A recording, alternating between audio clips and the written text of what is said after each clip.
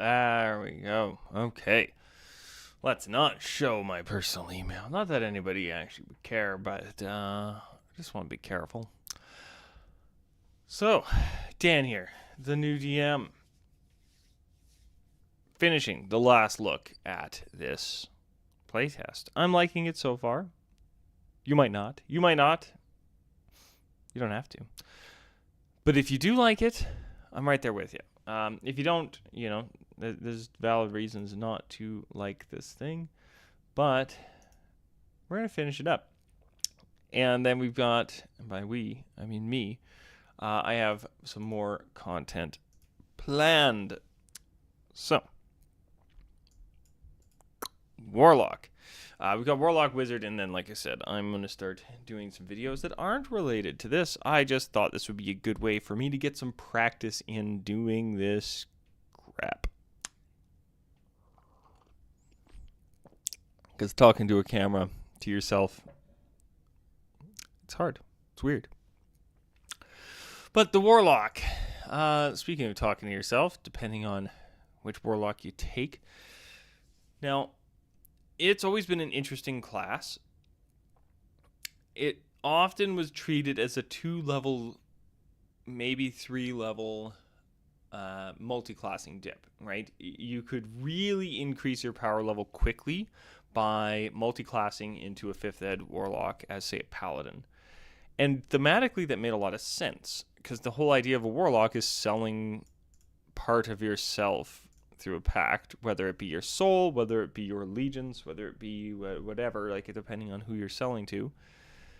You make that sale for the purpose of more power. So as long as they've kept that feel, I'm happy with it. But I have heard they've made some pretty drastic changes. The biggest one being they are just a regular old caster. Now, that's okay. I believe technically a half caster, I think they're a D8 with X amount of spells per level kind of thing, with cantrips, and then they got their invocations as their kind of unique class thing. That's fine. Like, they don't get as many spells as sorcerers, but they have more health, to my knowledge. And that's okay, as long as, like I said, they keep the spirit and they keep it mechanically relevant. It will also be curious, or I will also be curious to see if, the first 3 levels of this class work well for multi-classing. It does feel to me like they are aiming to make multi-classing better. They're moving a lot of level 20 features to like level 18 or things of that nature. Sometimes 15, not in this case. So they're moving some things around across the board from classes to make multi-classing more relevant to everybody, I think. Where you're not losing out on your capstone feature for if you decide, hey, this is my primary class, but I want to dip into something else. I think that's going to be more encouraged. They front-loaded certain things, but they seem to have kept the first few levels a bit more tame, but a bit more multi-class friendly. So the irony is Warlock might be worse for multi-classing, but might be better for staying as, just a Warlock. I don't know. But I guess we'll find out. So, without further ado, let's take a quick look. Now, where is the... See, I like them putting the updates before the list, or at least starting it, but I guess they just didn't have room, because they have a fairly long explanation here that I'm not going to bother with, because the lore, I'm assuming, should say. Here's the main update. Most of which were inspired by the player's handbook survey of 2021. So we got medium armor is now included. That's not a bad move, especially if they're going full half caster with it. You could go medium armor if you specifically went Hexblade, I believe. So now everybody gets it. No harm been done. I don't see any problem with that. I think that's a good thing. Packed Boon has moved from 3rd level to 1st. All of which are now. So Eldritch Blast and a Hex at level 1, just inherently. I've heard about this. Both have changed pretty drastically. Both have kind of been nerfed, but have kind of taken away one of the annoying things about, at least from a DM perspective, of people taking Warlock was often they would take 2 levels of Warlock or even 1 level of Warlock just for Eldritch Blast and then walk away from it and wouldn't care about dealing with the RP side of their pact or anything like that. They just wanted to be able to cast a spell that gets better and better as you level generally. So they made some changes on that one. And then they made some changes on Hex, but just giving you them as, hey, you just have these spells prepared. Don't worry about it. I think that always levels things out a bit in a nerf because you're not giving up that spell, even if the spell isn't as good as it once was. So hopefully it's not too bad. Pact Magic has been replaced with spell casting. The most requested change to Warlock has been for them to be able to use their spells more often. So this is an interesting fix. The most requested thing was to use the spells more often. So they made them just a regular spellcaster, which does solve that. It puts them in line with everybody else. But now they don't get them back on a short rest. At least to my knowledge. I guess we'll get there when we look at their regular old spell casting. That, depending on the group, this is a perfectly fine fix to make them a regular spellcaster and will allow them to cast their spells more often. If you are like a group with a lot of fighters and monks and other classes that get stuff on a short rest, this might not, like, this could be a downgrade for you. Now the good news is beep beep beep. The good news, the great news,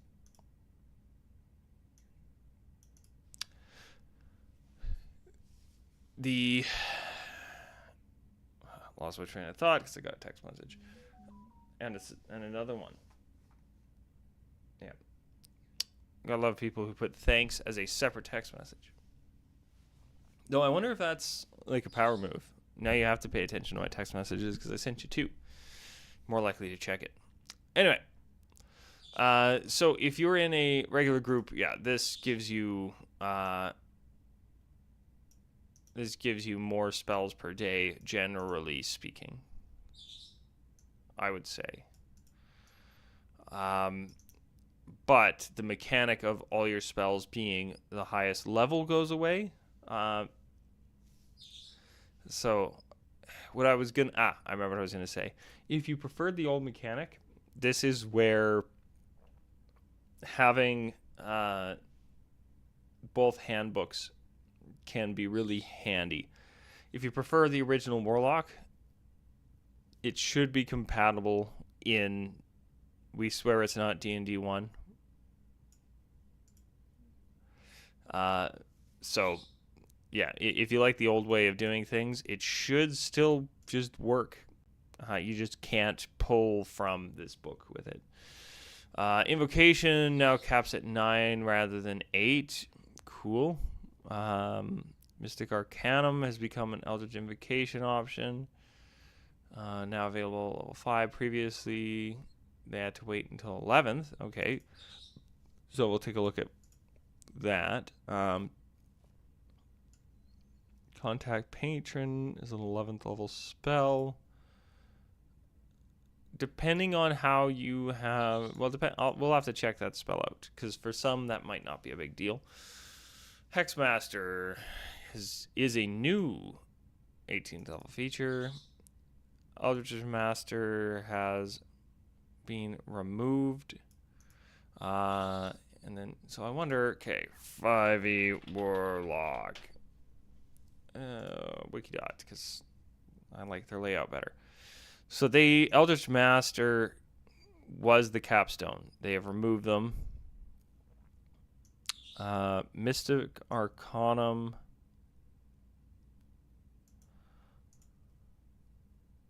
That's my double.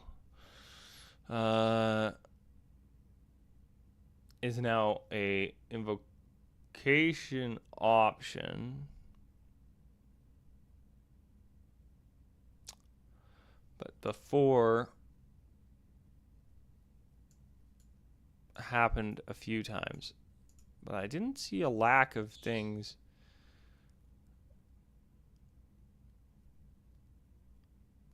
Okay, so yeah, they took a few things out. They moved them around, put them in. This holds up with the idea of we're going to turn a lot of class feature stuff into spells. But in this case, they're moving some class feature stuff to the invocation. So as long as that doesn't hurt too bad in terms of weakening it, that's actually not the worst. Because they gave you an extra invocation. I wonder if Mystic Arcanum... Okay, this is my backup one. Let's make it legible for those at home. No, I need...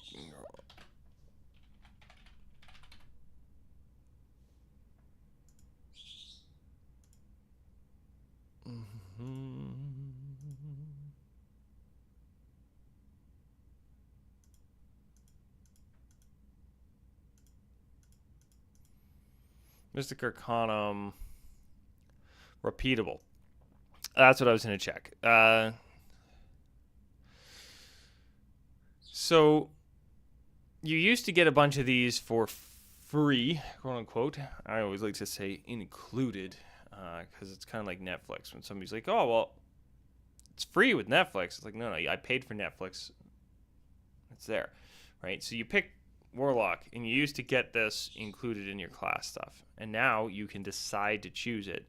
Because it's repeatable, you could, in theory, take it the same amount of time as before. So it looks like you would normally have gotten 3 instances of this. You do get an extra invocation as a Warlock. So as long as they've made up for it in some of the other things they've added, I think that's fine, because you do have 1 extra, so you lose out potentially on 2. But if you didn't care about the Mystic Arcanum, then you're gaining an extra thing for losing those spells. And especially with the way the spells work now, you're going to have quite a few more. I don't think it's as big of a deal in terms of spell slots and stuff. All right. Contact patron. Looked at that already. We'll read this feature when we get there. Hexmaster, epic boon. All right. Creating a Warlock. Nothing's really changed there.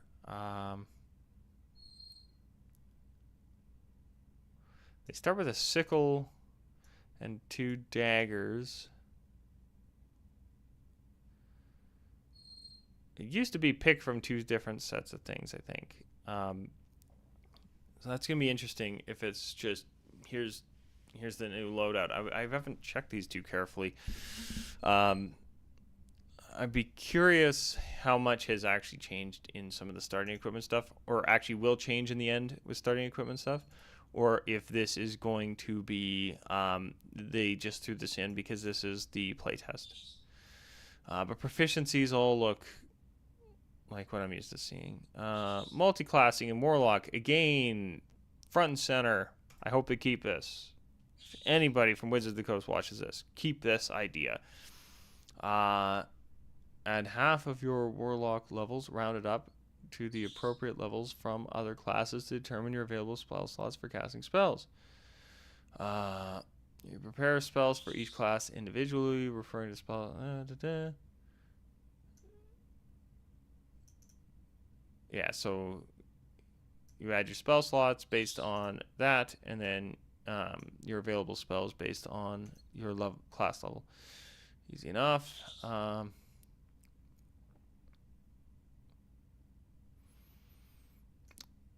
If a wizard or something dips into Warlock, they get light and medium armor instantly. I like that. Not having to go into a martial class to get that. It's kind of nice. Interesting. Okay. Anyway, carrying on. Warlock class features. So they get Pact Boon.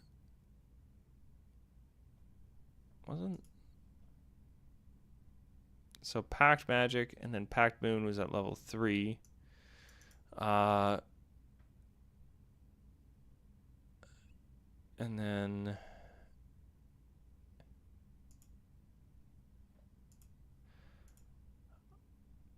okay, so Pact Boon used to be level. I remember this now. Oh, it's been a while since I've made a Warlock. Because you always pick your patron at first level, and that determines stuff you're going to get later. Oftentimes, it would change. Like, for example, like Hexblade would have a few spells at level 1 and then features at level 1, and then nothing till level 6, because you're then choosing Warlock stuff. Thanks, Microsoft. You're now choosing Warlock stuff at level 3. So now that the boon is at level 1, they can give you a subclass feature at 3rd level instead of 6th. I like that. Now, were they all kind of like that? Yeah, before you wouldn't get any of your patron stuff till 6th level, and now stuff starts happening at 3rd because you make this choice at level 1. I'm cool with that. And that to me makes sense thematically, of like you've made your pact and you get a boon from it right away, as well as multiclassing. Like I said, removing some of the advantages of going with a Warlock as a multi-class option, I think is fine as long as they level things out. This to me is them level things out, right? Being able to, hey, first level, you get your Pact Boon, Pact of the Blade, Pact of the Chain, Pact of the Tome, sweet. And yeah, just overall, it integrating easier into other spellcasters, but without being too overpowered in terms of some of the exploits you could do. Which it's not an exploit really; it's just a strong synergy. So evening that out to make it not just the first thing on everybody's mind, but still, getting this stuff all at first level. I think that opens up a 1-level dip into Warlock. Because normally you get your Pact Boon at 3. So if you wanted Hexblade, or sorry, not Hexblade, Pact of the Blade, Pact of the Chain, whatever, you've got to do 3 levels. So you could do 1 level in Warlock to get the boon, which is sweet. That's actually really nice. 2 levels if you want to get a couple invocations. Now, what'll be interesting when we get to the invocations is, do they say class? Did they specify? I think they specify levels in Warlock as opposed to levels in just general character level. And if that's the case, then some of them, depending on when you dip, might not be as useful as others, or available as others. But yeah, I like that. That's a big change. In my head, I didn't think that was as big of a deal as it was, and I think that fixes a lot of the, oh, but I don't get, my 2 spells back on a short rest when I multi-class my paladin into, yeah. This is perfectly fine, and I think is actually really useful for like a wizard or a sorcerer or somebody else dipping into a 1 level of warlock, potentially 2. We'll see when we get to the invocations. All right, what else changed?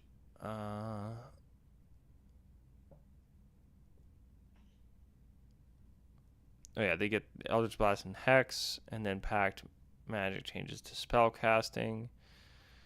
There's not a lot of changes. Interesting. So the interesting thing is they changed some basic mechanics without doing any too massive changes to the class by the look of it. So this happens early. Oh,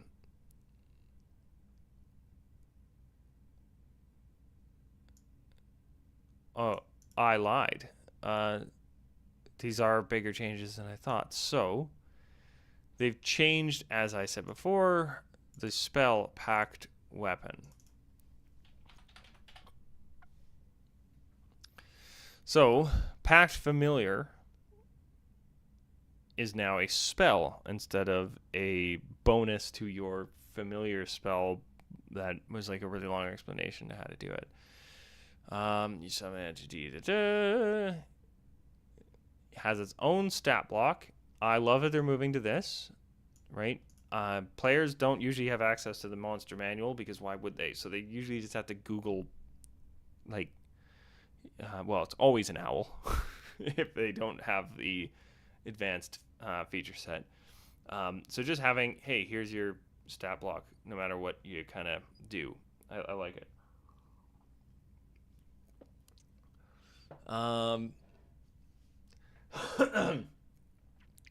Use the Pact Familiar. If you already have a familiar from the spell, that familiar transforms into the new one. Makes sense. You don't get a second Pact Familiar. Whenever you cast a spell, choose a familiar type.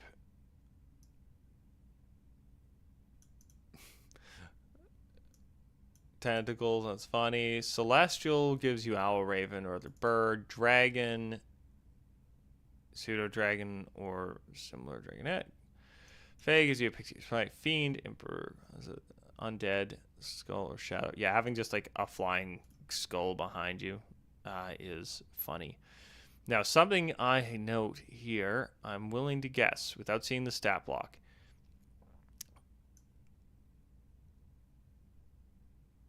The vast majority of these, other than maybe a knot of tentacles, would be something that can fly. So I have a suspicion there's just going to be a generic fly speed on the stat block. In combat, it shares your initiative count. This is nice rather than...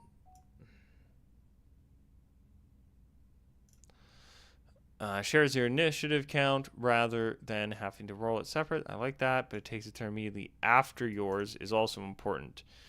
On its turn, takes the dodge action and uses its move to avoid danger unless you use your reaction to command it to attack instead.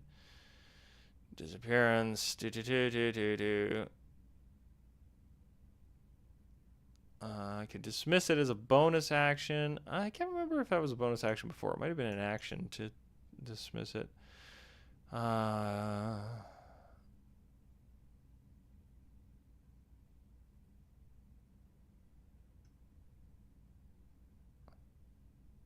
do you have to...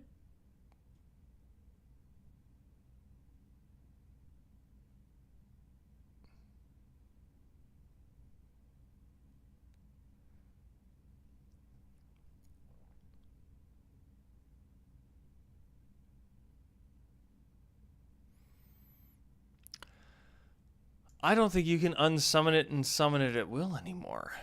That's an interesting change. I thought maybe that was getting exploited in some weird ways in annoying DMs, but I always liked that I snap my fingers, my dude disappears, I snap it back, and it's back.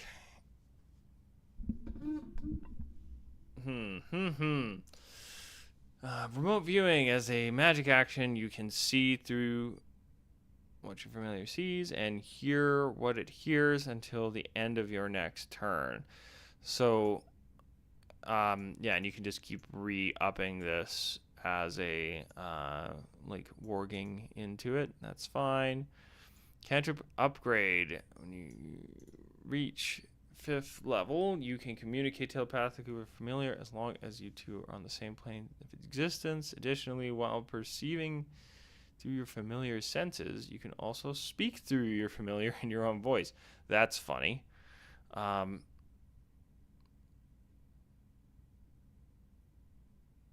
That's oh. Okay, so this is I missed a big keyword that is yeah, good. It's right above everything. I didn't notice that this was a cantrip. I thought this was a spell. There's no cost to it. This makes perfect sense now that you can't just snap your fingers and resummon it, and it takes an hour to resummon, which is unfortunate. But does prevent some of the I bamf it out of existence really quick, and then I just have it back. But yeah, there's no cost to it. Yeah, fly 40 feet. I was right there. Like you probably won't be using it as a you probably won't be using it as like an attacker. Like they don't even have. Well, let's see. All right, so at least it has dex. I see the strength -4. That is so that you can't have it carry anything too big. Dark vision, 120 feet. That is, ooh, that is a lot. At least I'm fairly sure. Isn't most dark vision like 30 feet? And then dim light after that, blah, blah, blah. I could be wrong. Passive perception, 12. Challenge blank, doesn't matter. Proficiency bonus equals your bonus.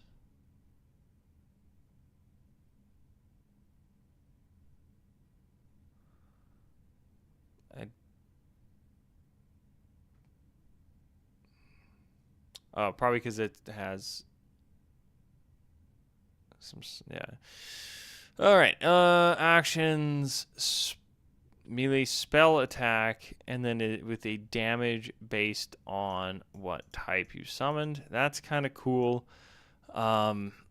Dragon being limited to fire is a little bit limiting. However, ask your DM, right? If you're like, hey, I want to be summoning a dragon that breathes acid. Yeah. 100%. Right? It doesn't change anything other than its appearance. So, because it is something that you'd be able to do, it just, all it actually changes is that when somebody does like detect evil and good or something like that, which if those spells have changed, who knows? That's the only thing I could see that changing. Invisibility. And again, this that is underneath my this is important. Rather than being able to bamf it in and out of existence, it can just simply become invisible. So you can remove it from existence, or you can have it be invisible, which I'm guessing. Nope.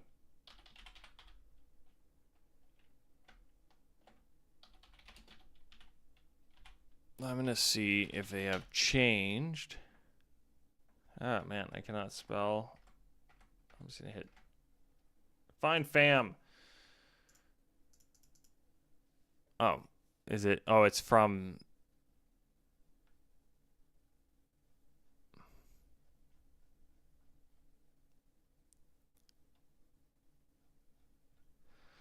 Oh, I guess maybe you just.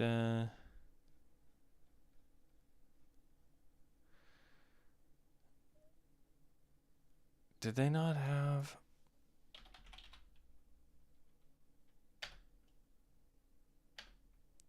Okay, so there's the Pact Familiar that we just saw. Okay. Next.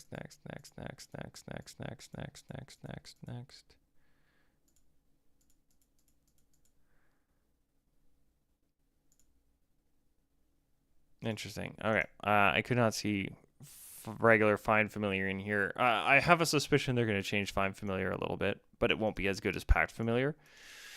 Especially the fact that Pact Familiar is a cantrip. That's actually a rad change. I can get behind that 100%. The mechanics change slightly, but relatively stay the same, right? You can use your action to look through its eyes instead of just, or you can have it turn invisible is the bigger one, right? You can use its action for it to turn invisible, which rather than just being able to dismiss it at will, it keeps that. The fact that it's a cantrip and doesn't have any material requirements, I think is actually really cool as well. Although I can't remember if under Pact of the Chain. It's been a long time since I've used it. You learn to find familiar, cast it as a ritual. Spell doesn't count against the total number when you cast a spell. Yeah, so you can cast the old one as a I don't know. Oh, yeah, because you might not have ritual casting. I was like, you can cast it as a ritual. Why does that matter? Oh, yeah, because it did. Yeah, so the original one was just like a beefed up Find Familiar that could be some other forms that you then had to go and look up. Yeah, so I much prefer this change. Pact Weapon. Ooh. Oh, of course, it sent me right back to the beginning. I will have to find where it was. Pact Weapon. Also a cantrip.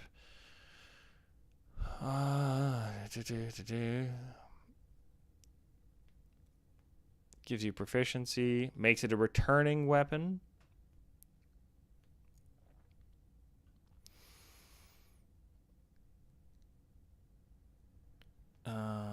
Can conjure a simple or martial weapon, or create a bond with the weapon in your hand. Duration 24 hours. So, instantly I see a few really cool things. So, one, it creates a returning weapon. So, if you go with something with the thrown property, or if you have something with the thrown property, you can throw it a lot. That's pretty cool. I like that. But because it lasts 24 hours, you can't like just cast it kind of thing, because I'm willing to guess that you can't have more than one weapon with this.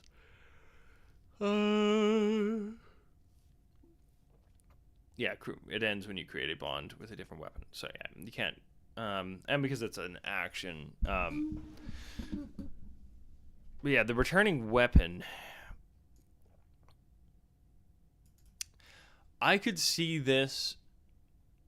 Yeah, Pact of the Blade as a fighter or rogue actually makes sense now, because you take one level in it, you get a returning weapon on one of your weapons. You make your offhand like a dart or something, whichever one gave you advantage on your next one, so that you can have two light weapons, dual wield them, throw one, hit them, cause advantage on your your bigger, badder weapon, and then you throw it. Yeah, there's a bunch of synergies I'm seeing that could work really well. So that's actually really cool that it is returning.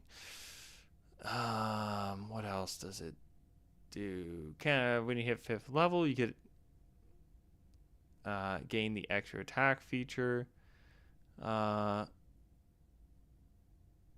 that feature, you can attack twice with the weapon instead of once. This is always a important wording, because you can attack twice instead of once, is so that you don't end up with this stuff stacking. So no, taking 5 levels in this doesn't give you 3 attacks. If you're a fighter, your fighter can do that inherently. But so so Pact of the Blade all of a sudden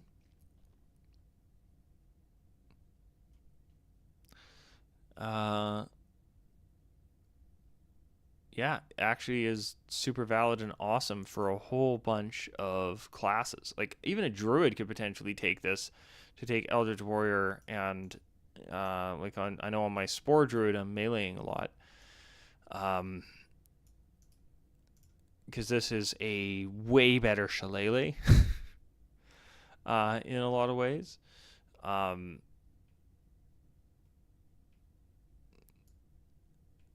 Especially because when you cast it on a weapon, you get proficiency with it.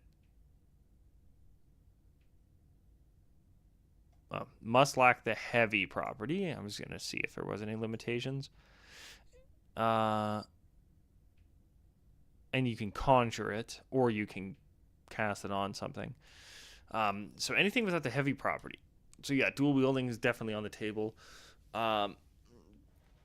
It is a melee weapon, like a martial melee. So I know there were a few builds before with Pact of the Blade that would use like heavy crossbows.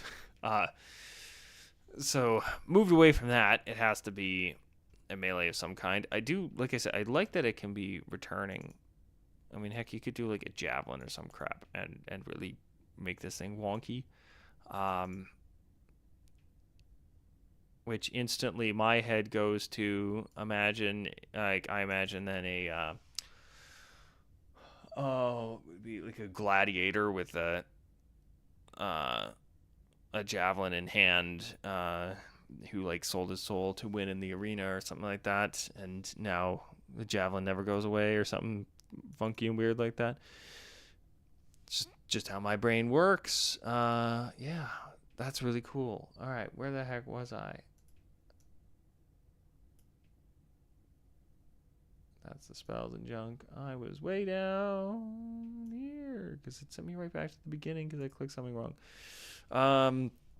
And then Spell Book of Shadows. This was weird that this became a spell. Also a cantrip. So it summons a book. Duration instantaneous. The book appears. You choose 2 cantrips and 2 first level spells that have the ritual tag. They can be from any of the 3 big spell lists, which if you've seen my previous video, my previous VOD right now, I haven't put the video out yet because it glitched. Thanks, YouTube. But it should be up later, probably today. Arcane, Divine, and Primal are like your 3 main spell lists. So basically, you can pick any spell that has ritual as long as it isn't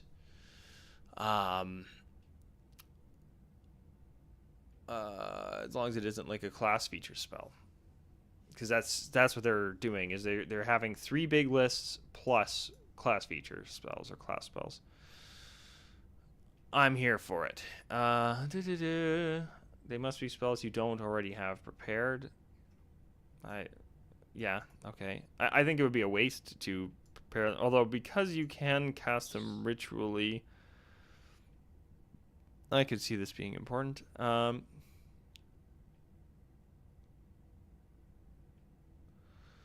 Spellcasting focus, so you can use the book as your focus, which is cool. You know, that invokes things of like I hold the book open and the pages flip through and the spell comes. Spell disappears if you cast a spell again or die. This also opens up the so for RP stuff, ditch the book. Your DM should be fine with it as long as it is something that can be seen as like a spellcasting focus or something like that, because like somebody pulling out a book that has spells in it always invokes a bit of a different imagery than I pull out, you know, a block of wood, right? Like it has to have something carved on it that makes it unique. But it's the old what makes a spell book question. Right? A lot of wizard builds in the past have like homebrewed a way or just reskinned the spell book. Do that here perfectly fine, where then you're summoning a spell focus, just something that can be recognizable as said spell focus, that then you cast the ritual stuff out of. Only you can access the benefits, obviously, because it, and then I heard about this. So, but yeah, reskin it to whatever the heck you want. That's what I would say. Because there's nothing inherent about this that makes it have to be a book, other than it says book, right? So mess with it. I think that could be fun from a RP perspective. Cantrip upgrade. 5th level as a warlock. Enhances other cantrips while the book is on your person. You can add your warlock spellcasting ability modifier to the damage rolls of any cantrip you cast that doesn't have that modifier added to the damage roll.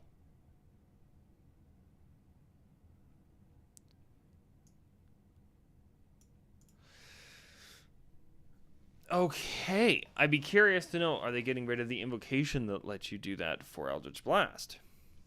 Because this is now any of them. Which also makes, even though Eldritch Blast comes with the Warlock, quote unquote, it's still more powerful to use it with Eldritch Blast because it has the separate beams. But this does open the door a little bit for other cantrips to actually catch up a little bit. But that's really cool. I'd be curious if the, like I said, if the Eldritch Blast thing, it also then saves you an invocation to do with something else, like something else cool with it. So it makes it inherent to this particular one and makes like, here's your blaster, right? If you want to be the blaster, go with the guy that summons the book. If you want, like the cool familiar thing that has some extra ways of like spying on things and doing all that kind of stuff, that's an option. And then you also have, Pact of the Blade, which just makes perfect sense now as a multi-class for almost any martial person that feels like doing something, as well as any like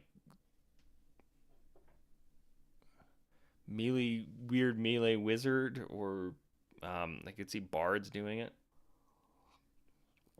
and now technically druids for reasons that we'll get to, because I have, unlike some of the other classes, I watched a bit of, I think it was Instructor Boy, looking through this stuff, and it inspired me to, I can milk this too.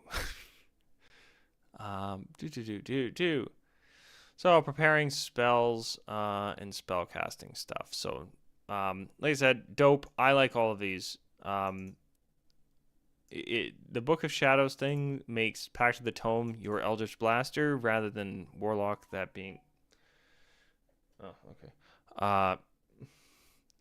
Whether that being every cast, right? Because it kind of sucks in some cases to like, I make this really unique Warlock, and it's like, I cast Eldritch Blast every turn. If you want to do that, Pact of the Tome is there for you. So, but if you want to do something else, I think Pact of the Blade is like really sweet for multi-classing. Like even a fighter might dabble into that. I could even see ranger rogues with that return feature could be sweet. Yeah, there's a whole bunch of classes now. Like I said, they really seem to be making multi-classing more balanced, but also more encouraged. So I'm all for it. That's the vibe I'm getting. So spell casting. Cast a spell. Player's handbook for rules on spell casting. Information below. Yeah, so they have just gone with standard spell casting rules. Okay. Cantrips.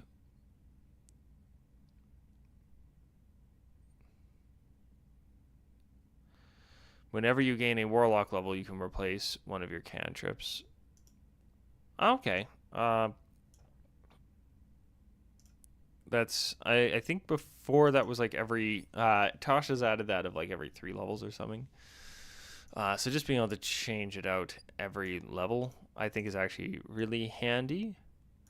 No limitations there, other than it has to be on a level up. So I like that. 4th and 10th level in your class, you can learn another arcane cantrip. Okay, cool. Spell slots. Yeah, you're relying on the arcane list. That's fine.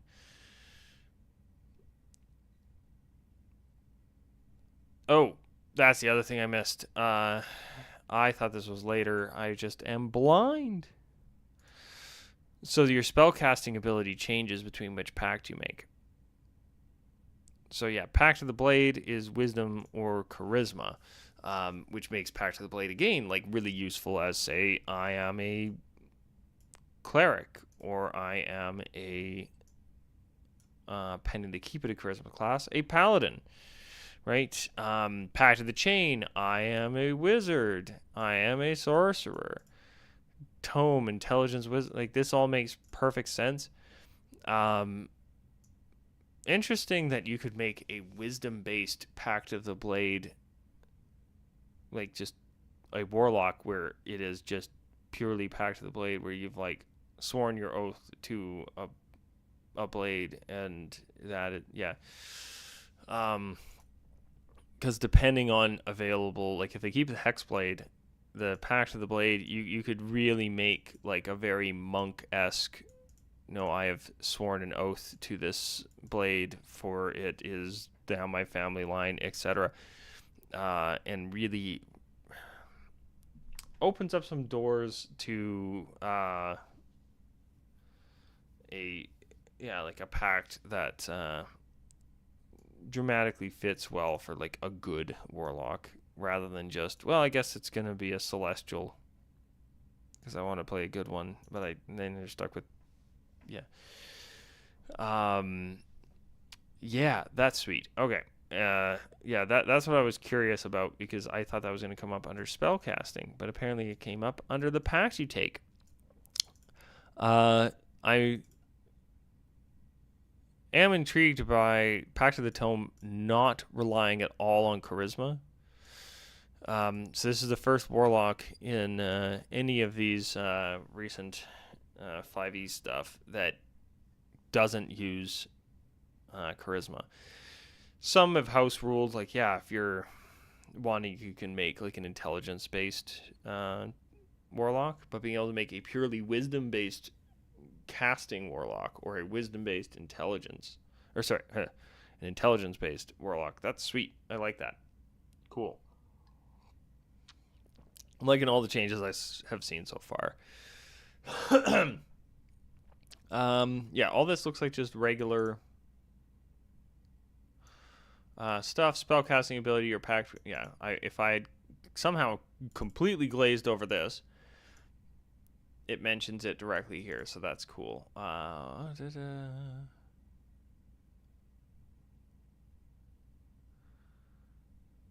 Arcane focus, all that stuff. Yeah, so like it sounds like everything here is pretty much the same as a regular old caster, or like half caster, given how many spells they get. Number verified. All right. How do I mute so that people can't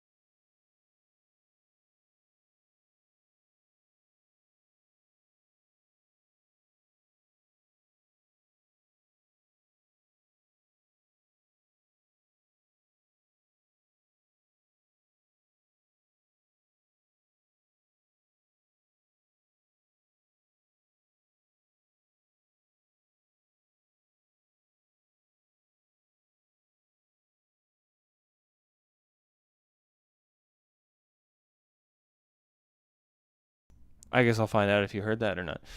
Okay, where the heck did I leave off? I can't complain. That was potentially money. And I do like money.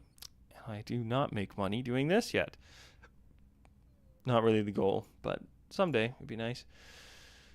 Notifications. So can't pick it twice unless it says otherwise. If a prerequisite, you must meet.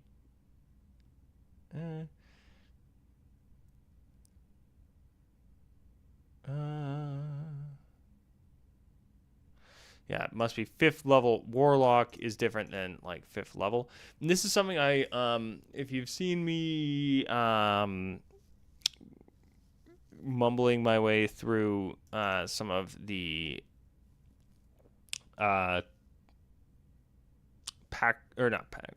some of the bonus feats, the epic boons. Those packed boons are stuck in my head. The epic boon stuff under the feats does the same thing. Epic. So this is something I missed. So prerequisites, you must meet any prerequisite specified to take the feat. If your prerequisite is a level, you must exceed that level. If it is a class group, or have one level in an eligible class to qualify. Which that's kind of fun. So if you've multi-classed into any arcane caster, you have access to the mage group thing. But this is what I missed because I was poking fun at I still don't like that they have single comma versus like if they had a comma here after expert that came up a bit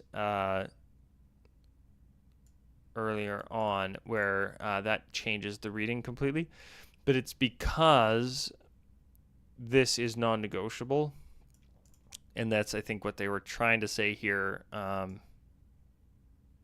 because they're saying that like the level 1 is separate from the other prerequisites, which I get now. The wording I still think could be worded clearer in my defense, but I just misread it. The character level versus class level, though, in this case, so they're going to say 5th level Warlock. When you gain, additionally, whenever you gain a Warlock level, you can choose one of the invocations you know and replace it. So every level you can replace it.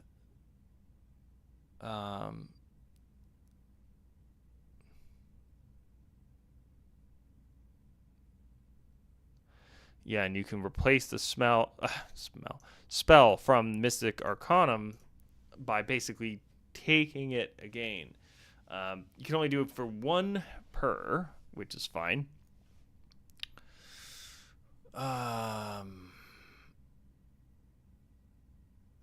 Then Warlock subclasses.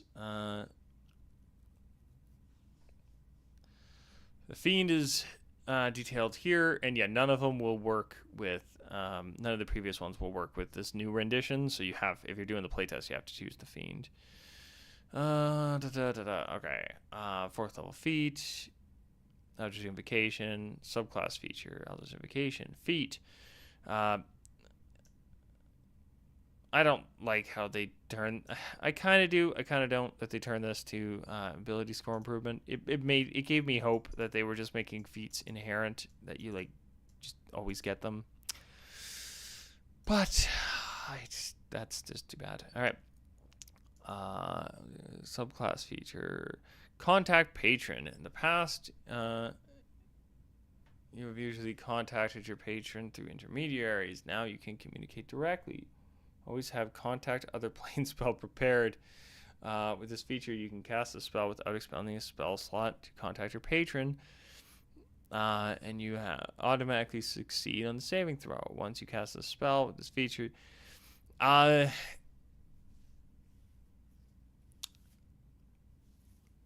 so I like this and I don't, because you can simply then cast it and contact your patron. But depending on the patron, this could be a wasted thing. It depends on how you and your DM are deciding to play it. So I'm not sure on that one. Invocation feature from the subclass. Invocation feat Hexmaster. You can cast Hex without expending a spell slot.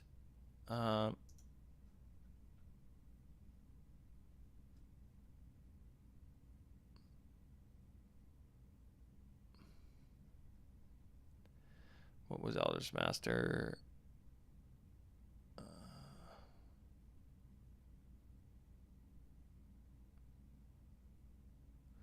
Yeah, this doesn't matter anymore. So, I'm gonna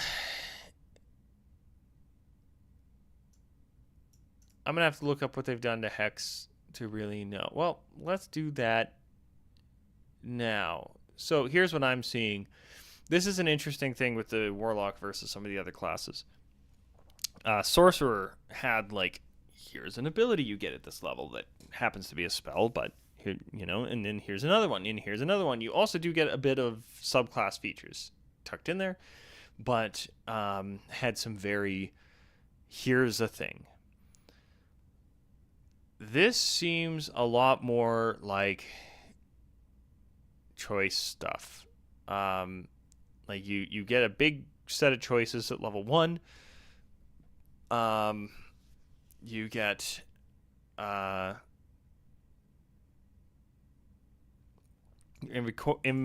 invocation choices at level 2. You get your subclass at level 3. Again, a choice. You get a feat at level 4. Choice. Invocation level 5. Choice. Subclass feature. Choice. Subclass feature. Choice, subclass feature. So you don't just get stuff. You always, I think Warlock is going to be one of the most customizable classes I've seen yet. Like a lot of the other classes that I've seen seem to be, here you get this spell, but you get to pick kind of certain aspects of what it does. Or, hey, you get this ability. Hey, you get this class feature. Hey, this just straight up every level is like, you get to make a choice. And then your subclass features, when they pop up, that is based on the choice you made at level 1. So, yeah, I dig it. This makes me want to play a Warlock, which is always a good feeling. The only Warlock I ever played was a couple levels in Hexblade, and I enjoyed it. Yeah. And anyway, then they got 20th level Epic Boon that... Yeah, that's... There's a few of those that are really fun, but the 20th level thing, I didn't even really go over them other than kind of, I like the implementation somewhat. Yeah. All right. Eldritch Invocation options. And actually, in my head, so something I missed on Epic Boon, just to be completely all over the place with this.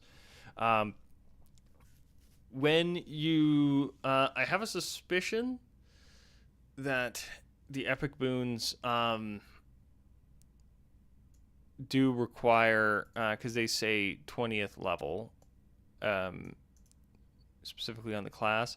I think you can get a lot of the regular feats, regardless of if you've multi-classed or not. And then the Epic Boon stuff, I think, is like you have to have stayed as one class till level 20. I don't know. That's the other thing. I think they need some clarification on how the bonus feats past level 20 work, because they've got this sort of Paragon system thing going that I like the idea of, but it's just implementation seems a little clunky right now. But at the same time, it's high level D&D play. It's always been clunky. So options, updates. Okay, so Eldritch Invocations, like I said, these are going to be what people get to pick to like completely modify and mess with their class.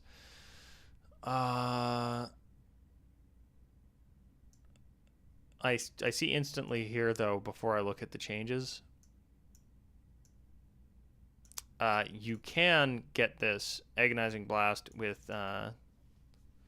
so anybody could be a blaster. It's just you inherently get it if you're the Pact of the Tome, is what I'm seeing. But some of these are good enough that I think it's worth... Like, similar to how I was saying, like, oh, if you... Now they've sacrificed the... that spell casting or extra spell slot stuff, or not spell slot,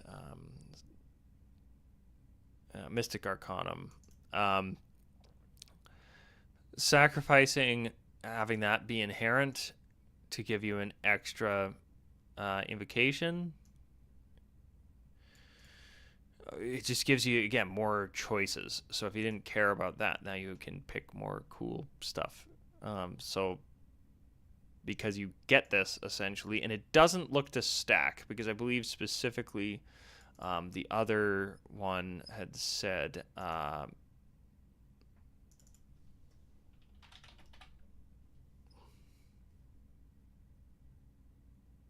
no, it was Tome of Ancient Whispers.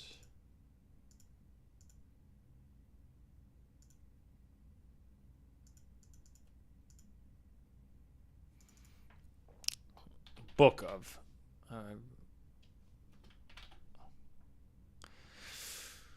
Shadows.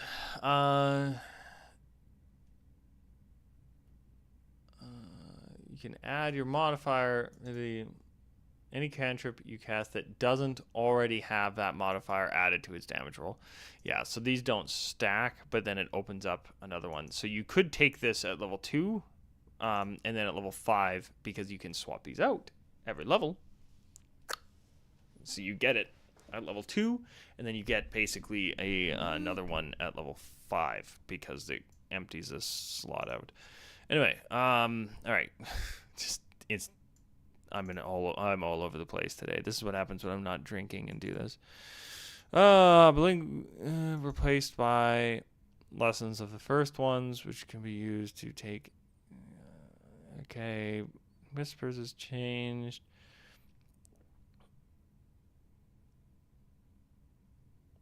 That's been replaced by... Yeah, so I'm willing to guess basically probably was the same thing, but yeah.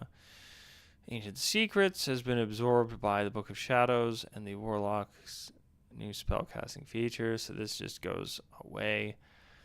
Replaced by Mystic Arcanum, replaced by Mystic Arcanum. Now clarifies that it doesn't decode secret messages. Okay. Favor of the Change Master is a new invocation.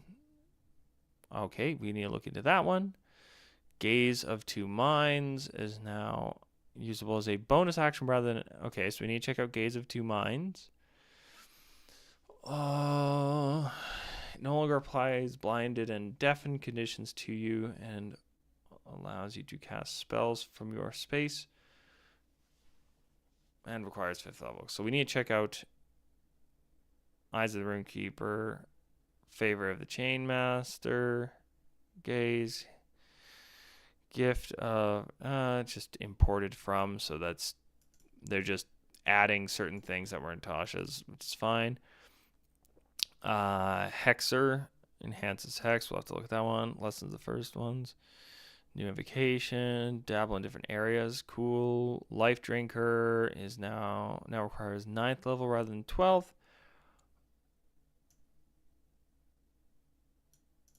Interesting. So that's cool. And heals you. I've heard some controversy around this. They'll have to specify what qualifies as a creature is, I think, part of the problem.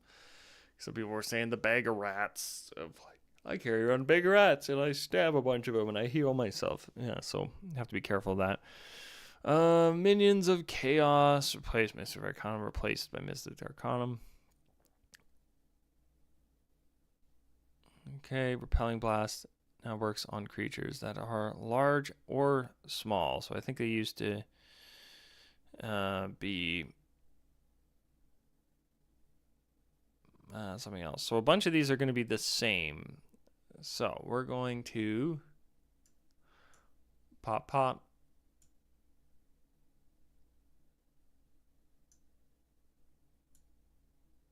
I think this is our best course of action here.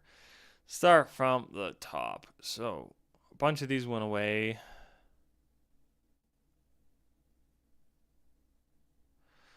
That's fine. We don't need to care about that. Favor of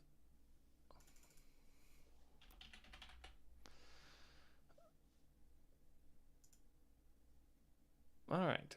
Favor of the Chain Master. 9th level requires Pact of the Chain.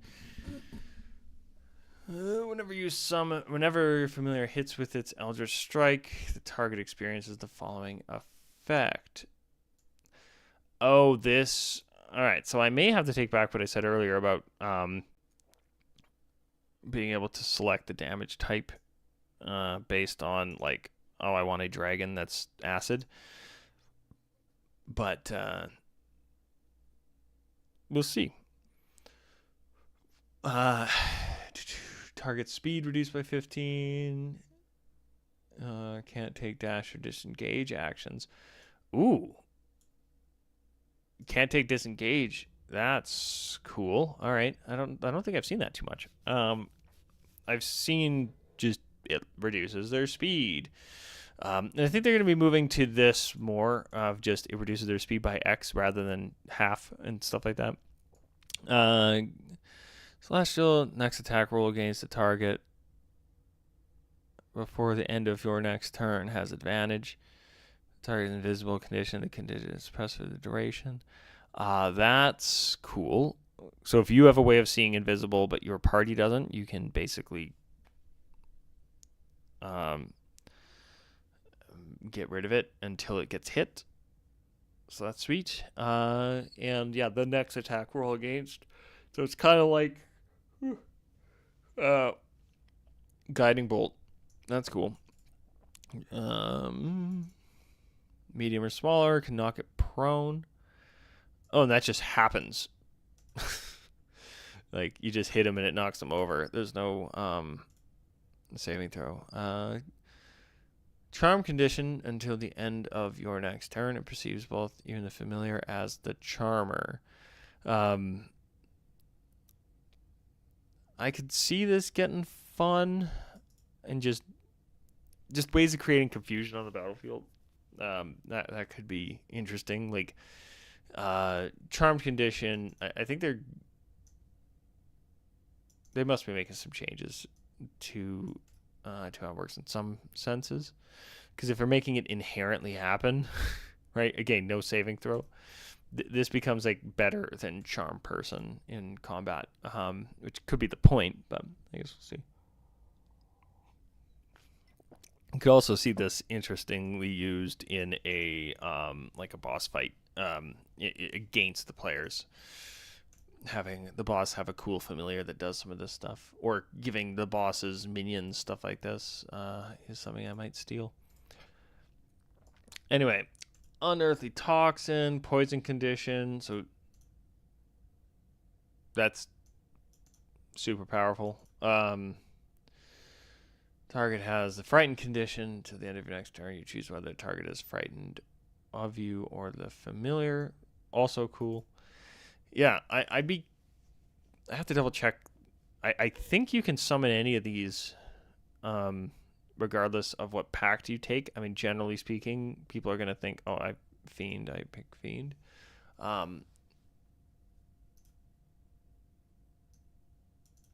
Because as far as I know, there's no like dragon pact. Like, I could be wrong. They maybe added something. Yeah, that's pretty sweet. I like that. So that's just makes your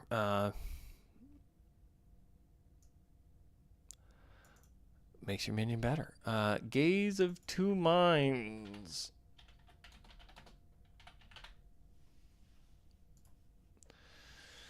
Fifth level Warlock or higher.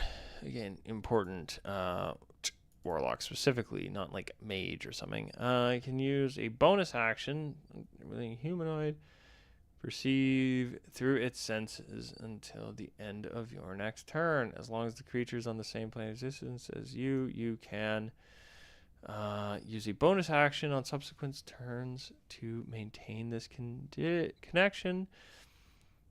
While perceiving through the other creature's senses, you benefit from any special senses possessed by that creature, and you can cast spells as if you were in your space or the other creature's space. It does say willing, because that could break things pretty quickly. That is interesting, being able to cast a touch spell through your fighter. Or the rogue is going to go in and sneak in, and you're going to cast fireball through your rogue. Right? It also doesn't say that they have to be willing to let you cast the spell. So some shenanigans could happen of like, I'm going to look through the rogue's eyes, and they walk in and they see a bunch of things, and you decide to throw the fireball, or just, even if it's not your rogue, if it's just a rogue, right? If it's just somebody, you can, yeah, I can think of a way of really screwing around with this. That's fun. Just straight up fun. Doesn't seem broken in any way, but just fun. Minds, Protector, Hexer. This was the other one I saw on the page, but I didn't read yet. When you cast Hex, its range is 600. You have advantage on any Constitution saving throw you make to maintain your concentration on the spell. Although we haven't looked up the new changes to Hex yet, so maybe that's gonna be important. We're gonna finish these, look up Hex, and then we're gonna, oh man, this is gonna be a long video. To do lessons of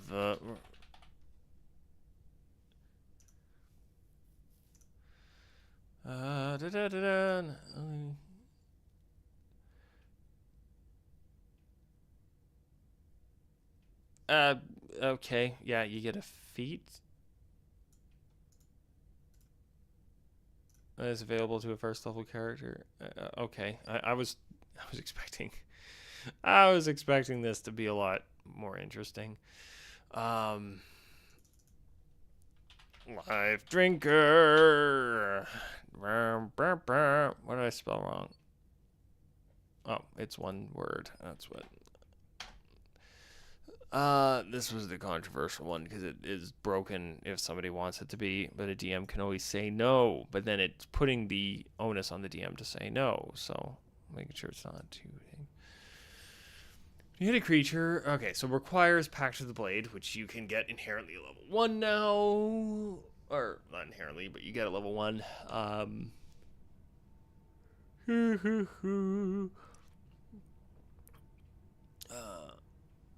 Takes extra 1d6 necrotic damage. In addition, the first time you deal necrotic damage with this invocation on each of your turns, you regain a number of hit points equal to the necrotic damage, which is really cool.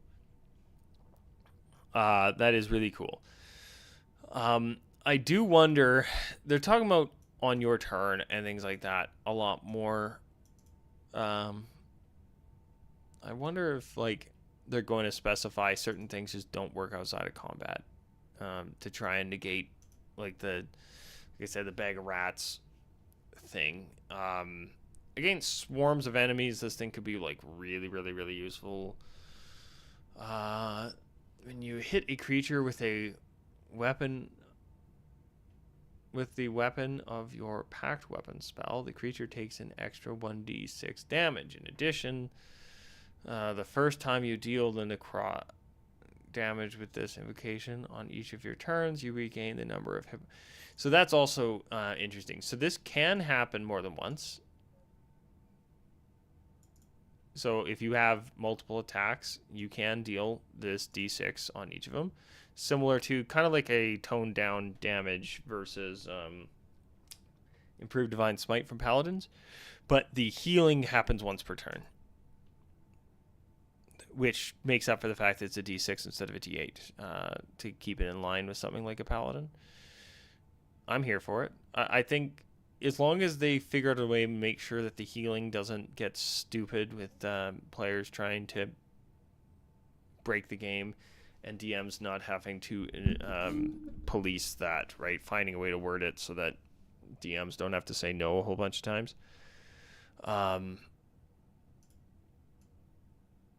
Even putting like a asterisk, your DM can decide if you know what, all it needs is the creature must have a higher max hit points than.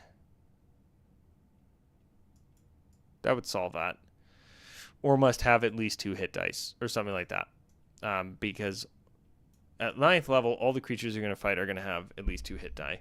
And this is, I think, getting into. I think Pathfinder would do this for certain things. Yeah.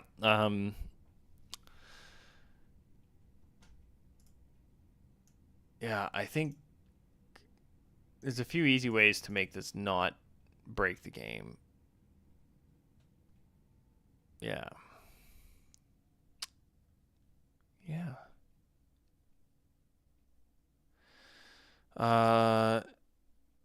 Okay, so now last thing I want to look up before we look at the subclass is just straight up the spell Hex, because they have made some drastic changes to it. Concentration up to 1 hour, bonus action. I can't remember if it was originally.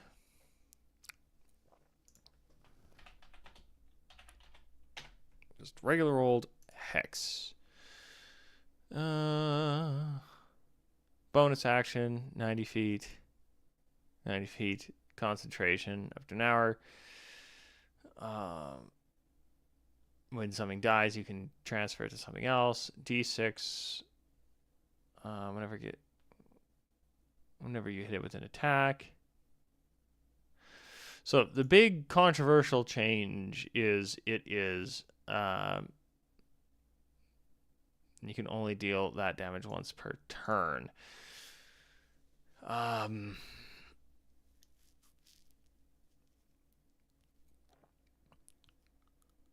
And then higher levels, it lasts longer. It being a bonus action, so being able to cast it without expending a spell slot, that comes up later in a Warlock's life.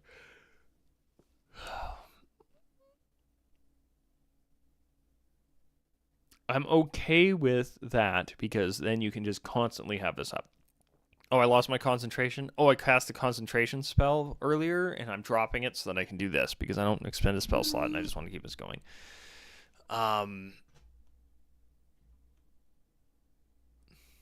The other thing I would have done, if they want to do this as... I would have... Take out the concentration, I think. Make it last 1 minute, get rid of concentration. That's how I would have done this. If you want to buff it a bit, just I cast this as a bonus action. It is now there. It doesn't go away. You are cursed, and I can do other things to you. Because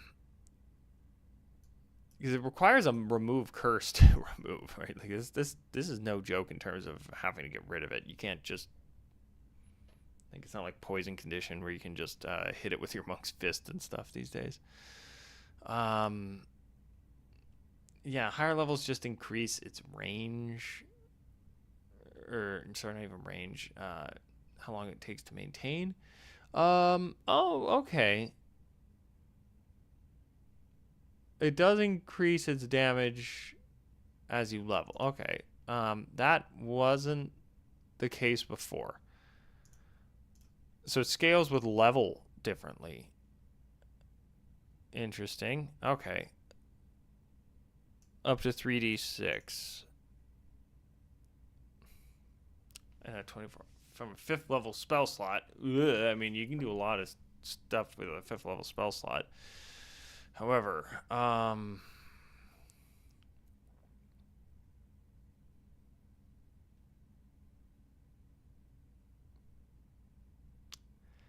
you can cast it without expending a spell slot.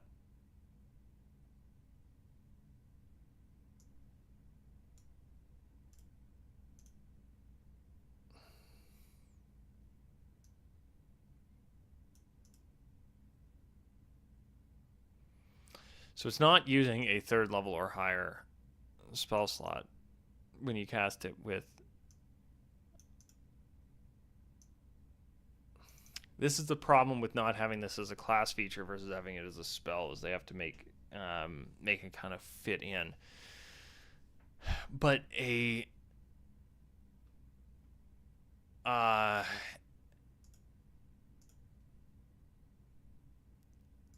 if all this is doing is casting it as the 1st level spell, that's a kind of meh 18th level thing. It's like, yeah, I can cast this level 1 spell a whole bunch of times. Yay. I make it so that it is the equivalent of like a level 3 or something for the free thing then. Because right now this interaction is a little wonky, because usually when you cast something for free, as if it's because you're not expending a spell slot, you can't up it. Because, yeah, 3d6 once per turn, to me, that sounds really low for a 5th level spell slot. Then again, it is inherently stuck on them. I think a lot of these problems go away if you get rid of concentration on it. Whether you keep it last an hour or not, just make the concentration part go away, and Hex becomes way better, despite being nerfed down. I'm assuming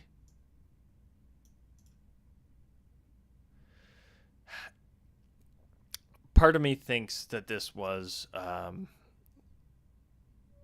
so that it makes it less powerful from a multi-classing perspective.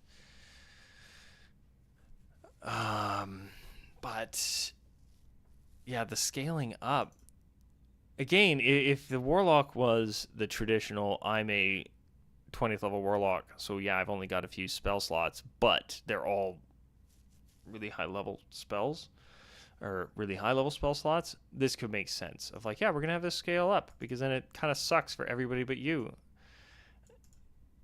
I don't know, man.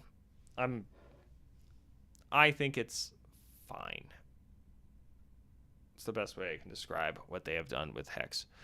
All right, we're gonna take a 2-second break, because my coffee is cold. I have to remember. Actually, I'm gonna hit stop recording here. So I'm gonna refresh my coffee and look at the subclass.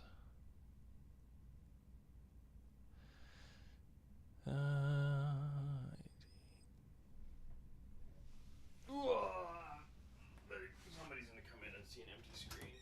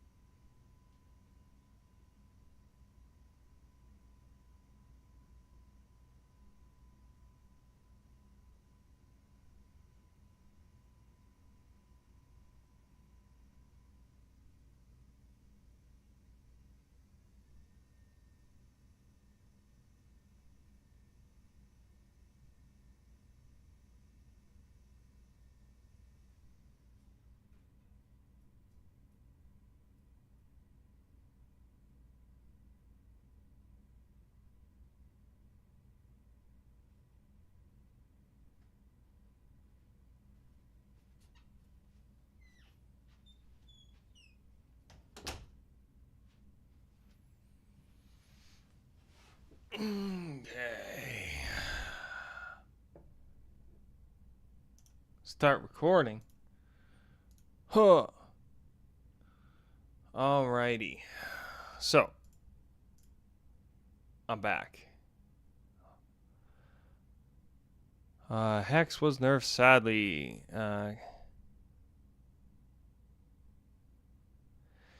Yeah, sorry there. I missed your chat there because I'm not used to having that because I'm really new at this. Yes, 100% agree. It was nerfed badly. And yeah, casting without using a spell slot is always base level. Agreed. And yeah, I think they need to fix that if they want to make like Warlock seems real cool. I like what I'm seeing, but man, if you want to make Hex a center point of the class, you need to make it much better than it currently is. Maybe having it similar to some of those like cantrippy spells that like level up as you do, as opposed to you have to cast, like, make it that if you're another easy fix. Okay, here's my fix. Now that somebody has hopped in my chat and mentioned this and got me back on my my Hex tirade, because I agree it's nerfed really badly. I wonder if we took Hex and instead of having it as when you cast it at higher levels, just make it if you are a Warlock of a certain level, it increases.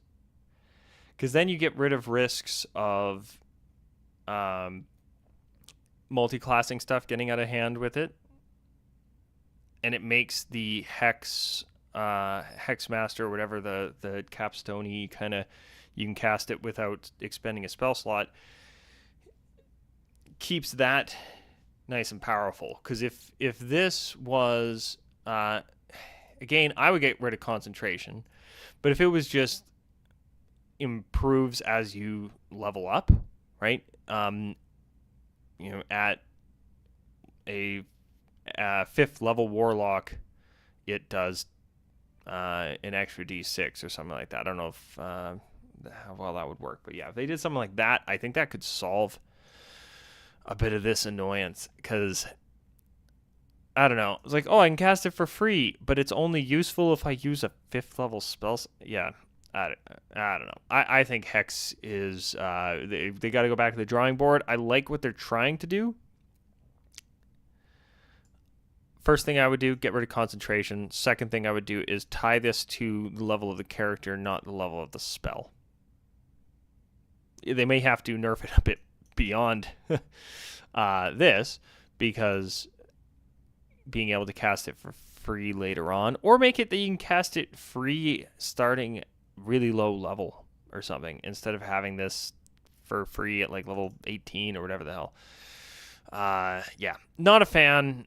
It's a lot of the other stuff I really like that they've changed.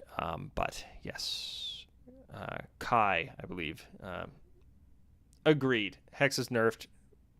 I have hopes. It seems like they're really taking feedback in stride, which they kind of have to after how much they've done. They're doing spell level or class level to prevent multi-class. Yeah, exactly. Yeah, they have to be really careful, because I don't know if you agree. I don't know how long you've been here.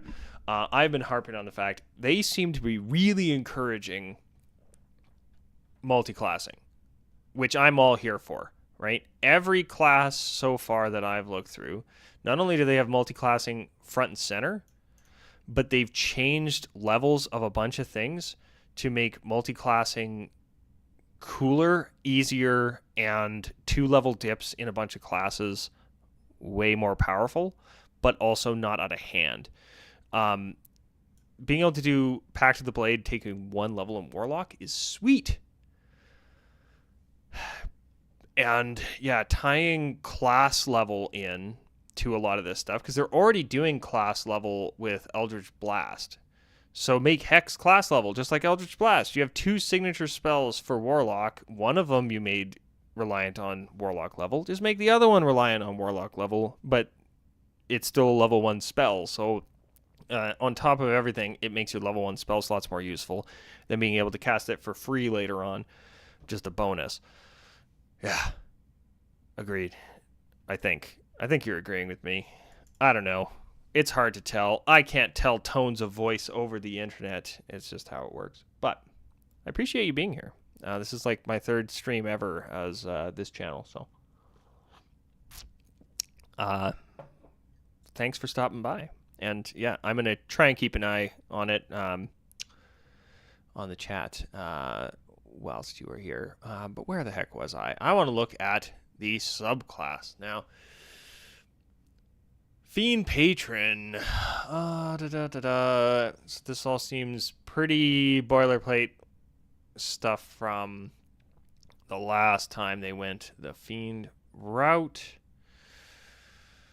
Updates. Replaces the expended spell list. Rather than merely expending your spell list, patron spells give you access to spells that you already have prepared. Okay, so right away I like this change. Well, I don't know if this is technically all that much of a change because of the way Warlock used to work, but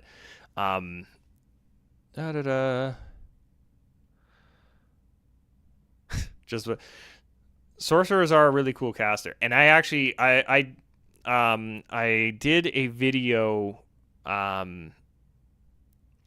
last week. I'm putting it out hopefully this week. I've got to edit it because I did one of these streams talking about it. I do like what they did with sorcerer, giving them some cool innate spells and stuff. Yeah, my girlfriend plays a divine soul sorcerer in one of our games, and alas, I almost always DM, so I haven't played a lot of these classes myself. I've just had to deal with them. But I digress in a good way because, interacting with chat. Who knew? Who knew that's a thing in live streams? But yeah, because they changed the way these spells work,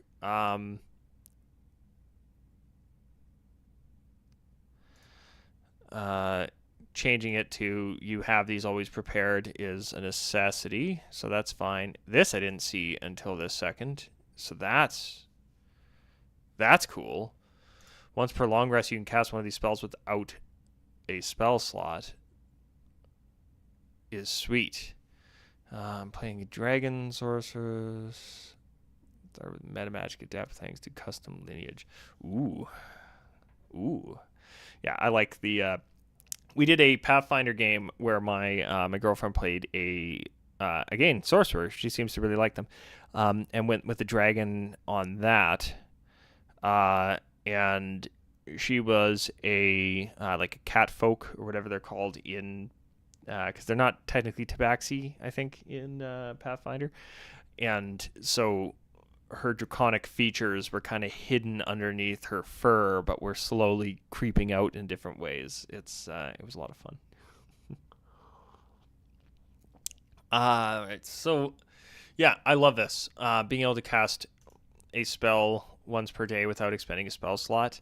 Again, that takes away from that hex feature. Because it's just like, well, there's a whole bunch of things I can cast without casting a spell or using a spell slot. I do like that though. Dark One's Blessing is now triggered by an enemy dropping a 0 within 5 feet of you. This is a big change that I heard about already that is really good. Because before Dark One's Blessing, you had to kill it yourself, which would then you'd have to encourage your allies not to kill something if it was close to, because you wanted this. This is going to be a good change. Own Luck can now be used a number of times equal to your spellcasting modifier, and only once per rest. Probably a good change. This is a really nice change, actually, because we don't have the short rest spell slot stuff anymore. Because I think you could do this. I'd have to double check. I think you could do this on a short rest before, like a long or a short. And so Warlocks were very encouraging of their party taking a lot of short rests, so making this X amount per day, better call. Fiendish Resilience is no longer bypassed by magic or silvered weapons, which monsters almost never possess. Yeah, that is kind of funny. Yeah, there would be like a few humanoid creatures you might fight that are wielding a magic weapon that this would have affected in the past. I've heard Hurl Through Hell has been buffed in a really really cool way. So we'll look at that in a second. So patron spells, free casting. Like I said, that's really cool. I really dig that. And fiend spells. Burning Hands and Command, cool. Scorching Ray Suggestion, also cool. I like both of those. Fear, Stink Cloud, and yeah, you just have these prepared inherently, similar to every cleric ever. If my memory serves, like that kind of thing. Like there's a lot of spellcasters that just have, hey, you always have these prepared. I think I play a, what the heck's my paladin? Oath of Vengeance Paladin, and this is how it works, is that you always have these prepared, and it doesn't count against your total spell list. Yeah, with Warlocks being more of a standard half caster, 3/4 cut, whatever the heck the numbers are. I think this is a good change. And I like the idea of you can cast one of your prepared spells from this feature without expending a spell slot, which means as you level, yeah, you can cast Stinking Cloud without expending a spell slot, or you can cast Blight without expending. Interestingly, I think they used to have Fireball on the Fiend spell list.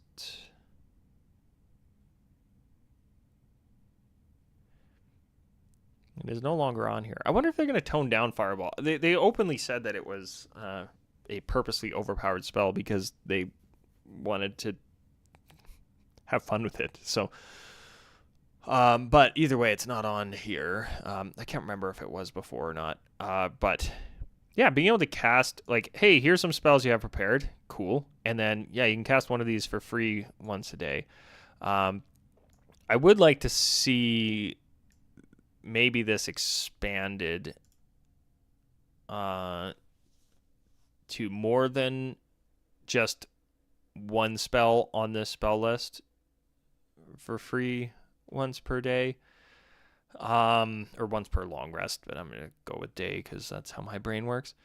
I wonder if it would be broken. Have it be like, have the number go up slightly as you level, but you can only cast once per spell level as well, right? So you can do this, like, say, once you hit 9th level, you can do it twice a day, but you can't have it from the same spell level each time. So you can do, like, say, Burning Hands and Stinking Cloud, but you can't do Stinking Cloud and Fear. Yeah, I don't know. I like this feature, but I think it could be adjust. I mean, maybe as you level, there's enough powerful stuff that I'm overthinking it. I guess I should keep going. Again, Dark One's Blessing adjusted. This is a good adjustment. Temporary hit points if they are within 5 feet of you, or when you reduce an enemy to 0 hit points, or an enemy drops to 0 within 5 feet of you. Yeah, this is a really good change. Not much more to say about it other than, makes this a multitude of times more useful. Dark One's Own Luck. You can call your fiend alter fate. An ability check or a saving throw. Add a d10. You can do so after seeing the initial roll, but before any of the roll's effects occur.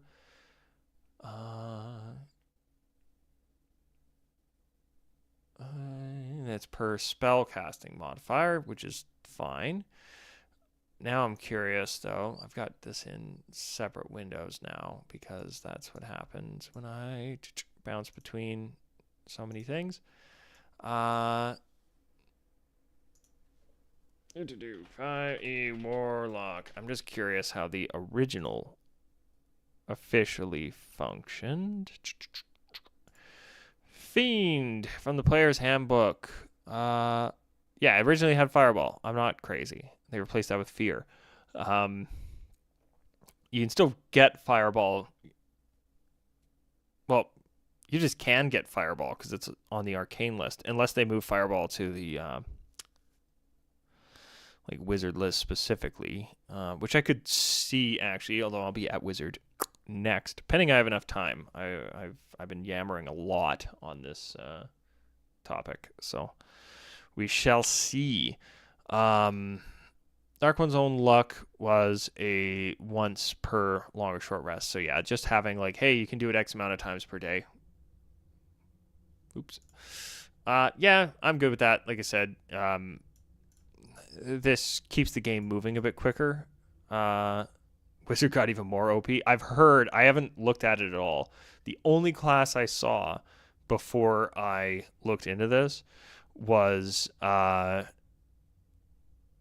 the Warlock, because I watched a bit of I think it was Instructor Boy or something like that. I just started following him recently, which encouraged me like I should start doing videos like he's doing. This is great. I like his style.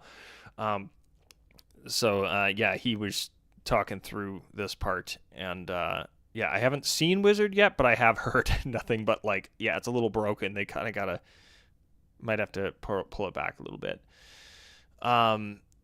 But yeah, having some of this stuff happening on just X amount per day, good decision. But yeah, like I said, I'll have to see what happens with Fireball. I'm curious now if that's a class spell. Fiendish Resilience, was this no longer bypassed?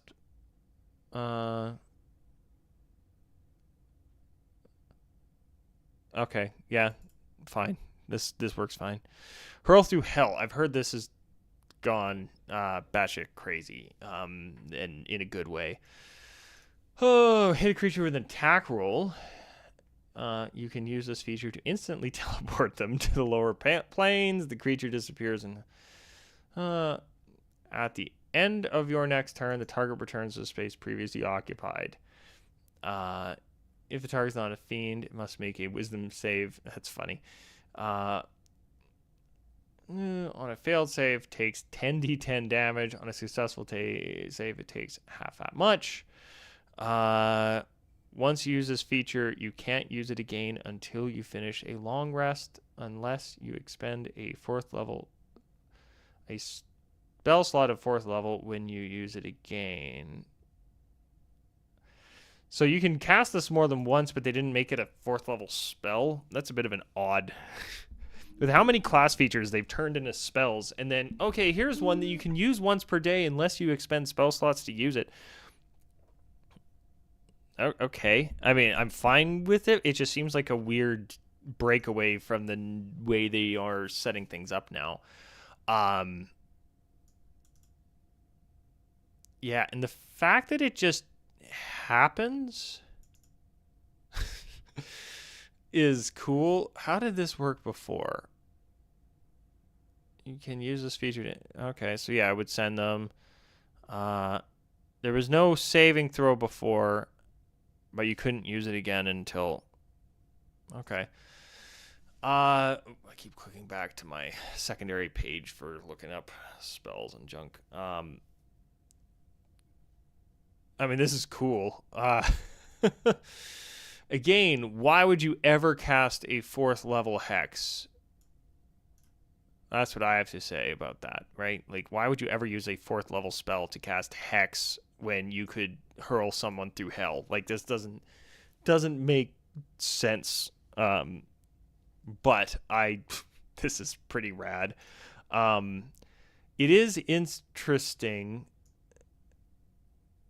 it just happens, and it's on an attack roll, so you can use your Eldritch Blast to teleport them to hell.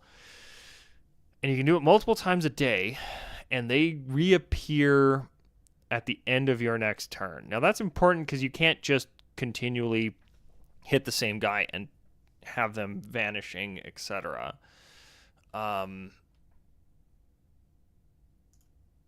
It does... So, what evens this out almost a little bit on a boss fight, because the fact that this can just inherently happen on a... like a single creature, right? You're fighting a large creature and they vanish from the battlefield. Yes, it gives everybody time to, say, cast healing spells and things like that. But it does remove them from combat for one turn in exchange for dealing 10d10 damage, which is a lot of damage. Holy crap. But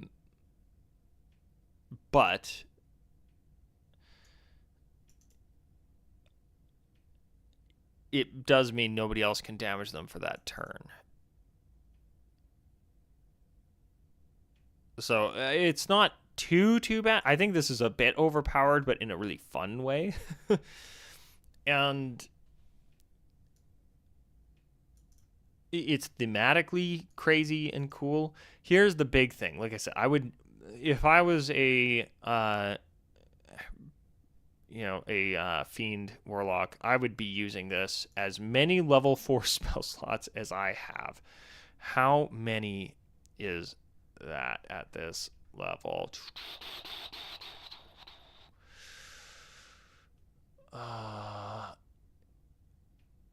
When you get it, subclass feature. So you could do it twice a day, and it'd be all I'd be doing. And then I would be doing this 4 times a day forever. Yeah. Sorcerers and that arcane burst is I'm a big fan of what they've done with sorcerers, because it really did distinguish them from just a innate casting wizard versus their own cool thing. I think they've really distinguished them a bit more in terms of their casting stuff. But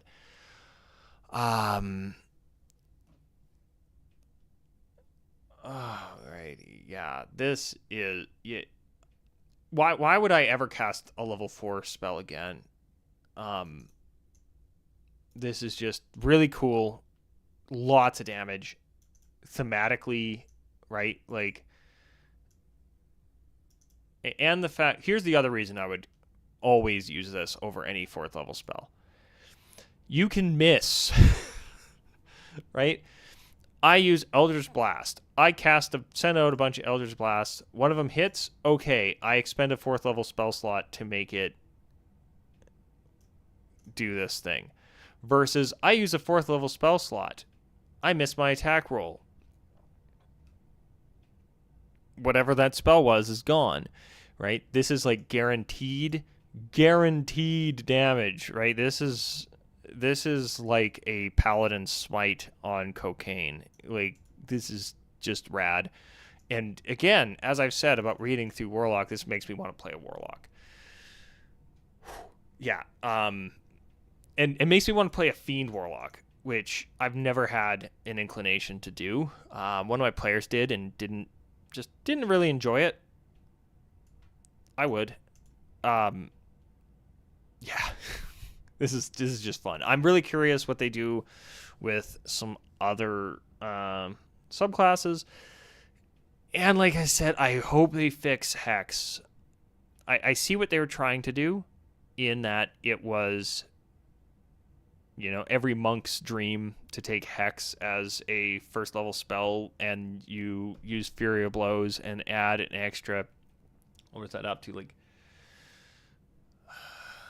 4d6 to your turn at level 5. Like, that's, like, you just take, Variant Human, the spellcaster thing where you get to pick a level 1 spell and then you add Hex and it just becomes stupid.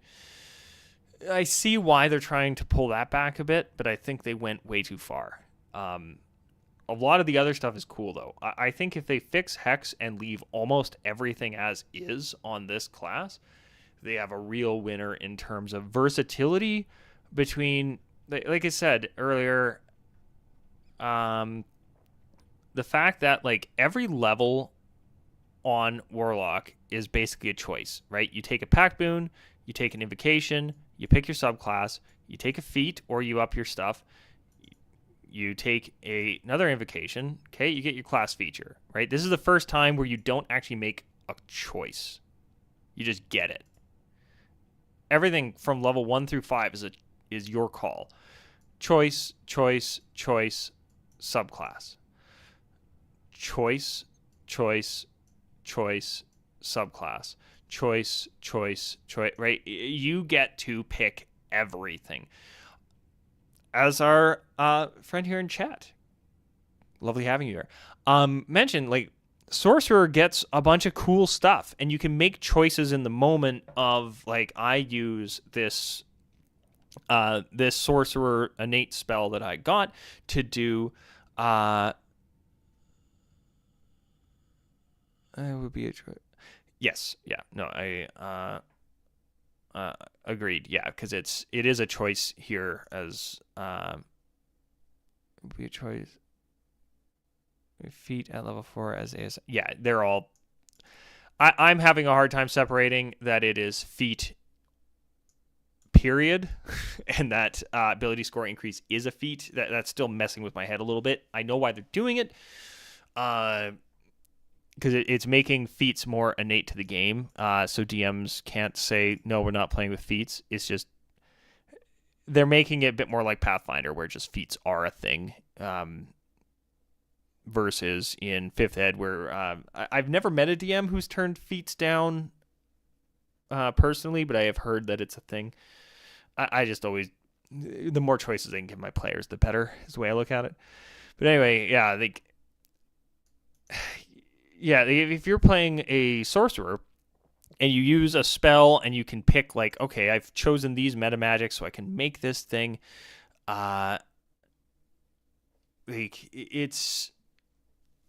the customization you can do on a Warlock, I think, is just off the wall and fun.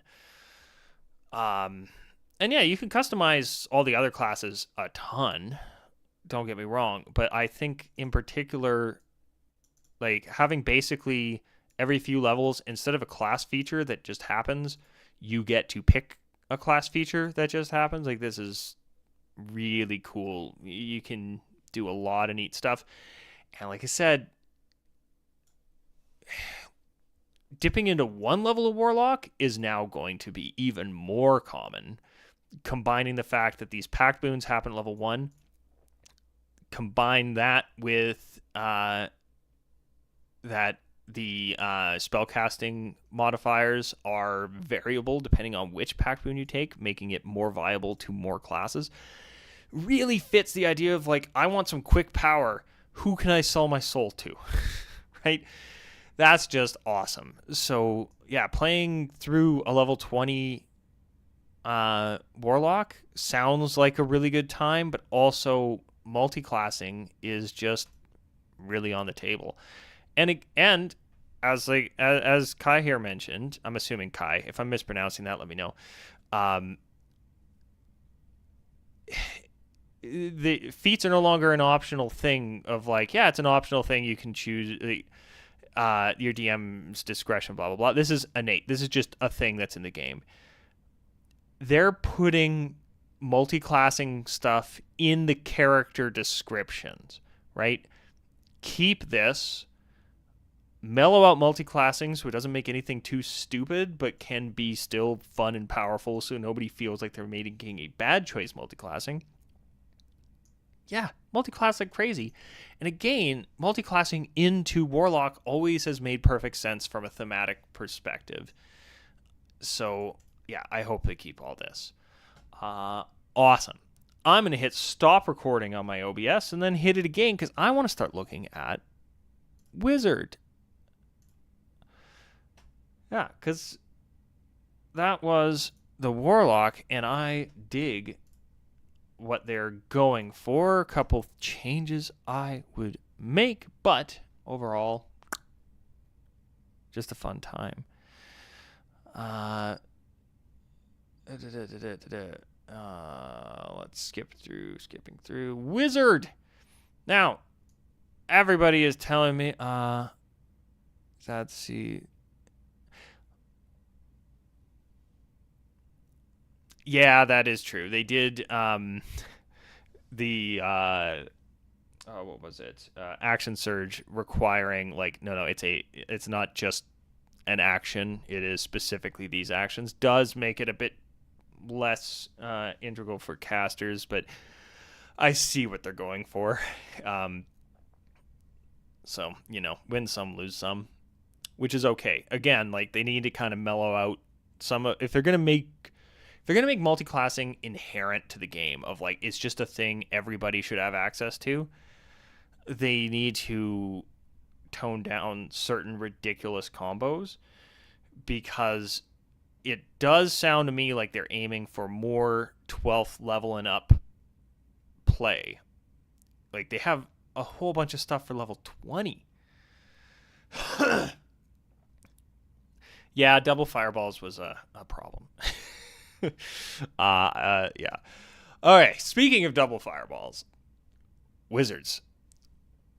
Ooh, I have heard that this is overpowered as hell and needs some fixing. So I'm intrigued by that because as a resident min-maxer, I always love me some overpowered craziness. But as a DM, I also need to make sure that overpowered craziness doesn't get out of control. So, wizard subclass, level 3, feat, memorize spell, subclass feat, modify spell. I've heard about this. This is really cool. Create spell. Mixed feelings. I'll get to that. Signature spell has moved. I think that used to be here, but it'll tell me right here.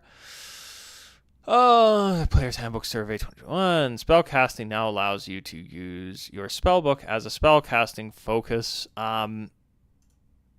Takes a little bit away from... There was a very specific subclass. I can't remember the name of it offhand, but there was a wizard subclass that lets you do that. Now they all can, so... cool. Although I have a suspicion they're going to be changing or narrowing down the subclasses available to start and then adding them kind of back in. So kind of makes sense of like, yeah, people really like that. Let's give it to them all because that other subclass probably won't be available at launch. So yeah. Wizard Spellbook is a new first level feature which consolidates spellbook rules in one place in addition. Wizard only spell, scribe spell. Cool. Okay. So I'll see that in a bit. New second level feature. Recovery is moved from first level to second level. I don't see a problem with that. I don't know why they moved. Well, actually, no. I know why they moved it.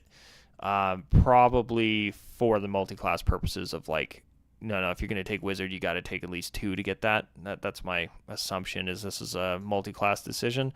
So I'm like, well, most wizards are, as soon as you hit second level, okay, cool, now I have it. It doesn't really affect anything other than like the first day or 2 of the game. But I get what they're doing. Memorize spell, new feature. Modify spell, new feature. New feature. Spell mastery, again. Oh, moving stuff earlier. This is great. Not only do moves like this make multi-classing easier because then you get stuff earlier. But it really tells me they want to make 15th level stuff, that kind of range, like 12 and up, a different experience than it has been, which is great. Signature spell moved to 18 as well. Yeah, opens up the door to 2-level dips without losing too much. Perfect. And then, yeah, the epic boon stuff that I have. I think they need to clarify exactly. They need to clarify a few things on them, but I really like what they're going for with them. Creating a wizard. Yeah, so same idea. I think they've narrowed down just like, hey, here's your starting equipment, let's go, or they're just doing this for the playtest, just so that people can make their character quicker. Multi-classing, nothing out of the ordinary. Okay, but again, front and center. I love it. Make multi-classing easier for new players to understand. That's exactly what I want. Spellcasting, cantrips. Whenever you gain a wizard level, you can replace one of the cantrips. Yeah, that's great. I like seeing that on all the classes now. Another cantrip, spell slots, prepared spells. Okay, this all seems to work the same way I am used to. Changing your prepared spell list is whenever you do a long rest. Yeah. Preparing new spell list requires time. At least 1 minute per spell level for each spell you add to your spell list. Okay. I don't know if this was on the old one. I think it was just we all just kind of said, yeah, you prepared new spells for the day.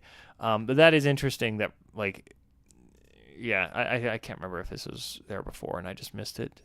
My wizard only got up to like level 2 and then the game put a good old pause on it. I'm hoping to come back to it.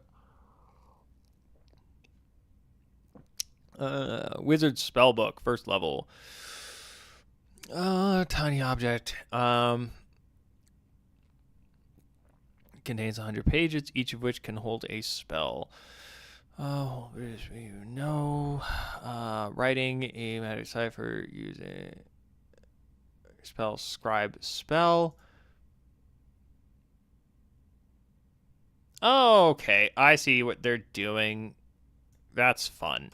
So they're making it that your spellbook's encrypted, just inherent.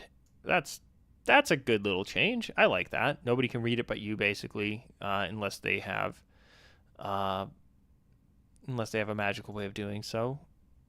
That's sweet. It does make it a bit interesting for you find a wizard spellbook. You can't read it, right? Because you're trying to copy spells out of it, and then depending on how much of a ward they placed on it to make sure other people couldn't copy the spells, it might be actually difficult to just copy every spell out of it and stuff like that. I like it. I dig it. Known spells. You know scribe spell and 6 other spells. Now, I have a suspicion. Let's look up the scribe.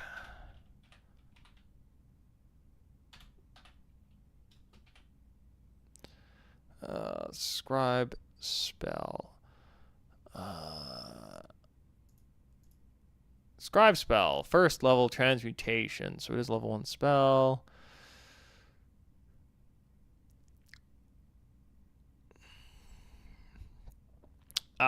Yeah, so they just made scribing spells into your spellbook a spell.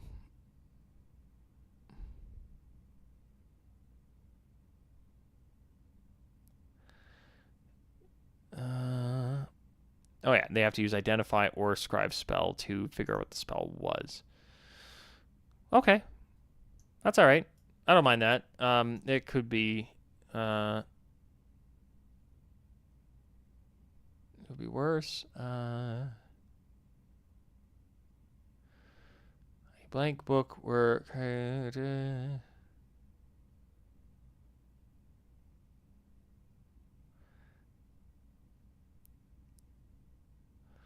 50 gold. Fine inks per level. Yeah, this is what they've been doing. That's why I was very confused by the way they had what's it called? Hurl Through Hell listed, until I started thinking of it as more of like a paladin smite kind of thing. They need to make scribes always prepared.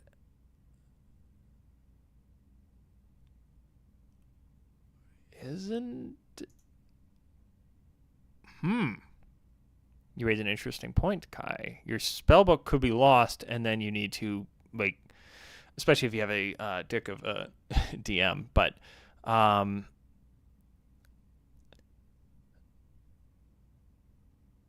yeah, you're right. All of a sudden you'd be down to, I think, just your cantrips if you lost your book.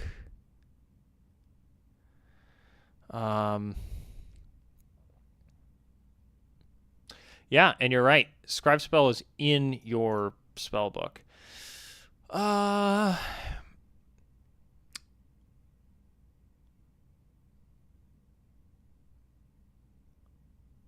Yeah.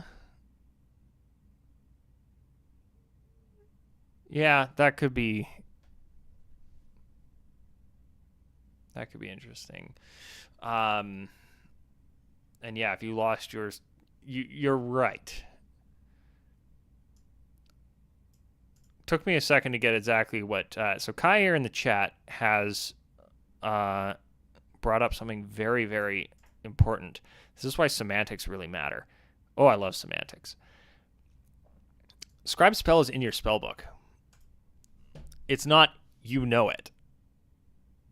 So if you lose your spell book, you've lost your scribe spell as well as everything else. If this was inherent, if you know the scribe spell no matter what, like, or it's just always prepared, doesn't matter if you have your book or not, you could make a new copy of your spell book if it was stolen from you or whatever. Because there are situations, and that would be expensive. But there are situations where you could lose your spell book. That is the point of making it an item. Is it's not just again, going back to sorcerer versus wizard, right? A wizard just has a spell book that has their spells in it. A sorcerer has the spells; they're in them. They can't lose them without a lot of stuff. Yeah, that's actually a really good point. I didn't even think of that. And then you get to pick your spells as per usual. Whenever you gain a wizard level after first, you add 2 arcane spells without needing to cast scribe spell. That's good. That keeps that the same way. Arcane.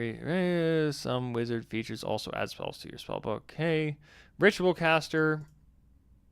Pretty standard from before.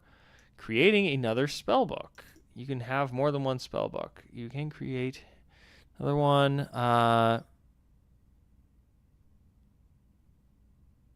Oh, that's clever.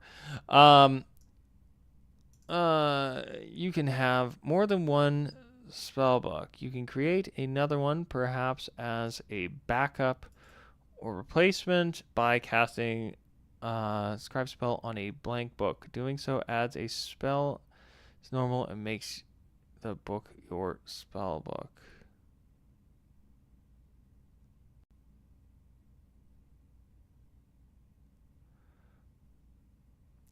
So again, I lost my spell book. Okay, it sounds like you can make a new one based on the spells that you had before, or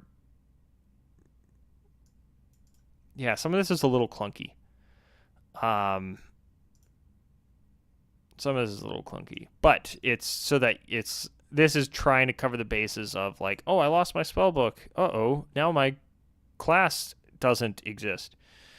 But replacement by casting scribe spell, but scribe spell was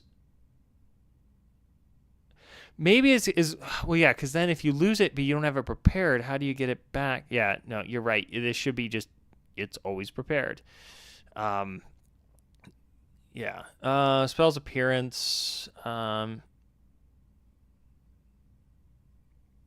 you can do whatever you want. I've always wanted to do the my spellbook is tattoos. But I haven't gotten around to playing a wizard past level like 2 because I'm a DM. Study. When you take the study action, you can.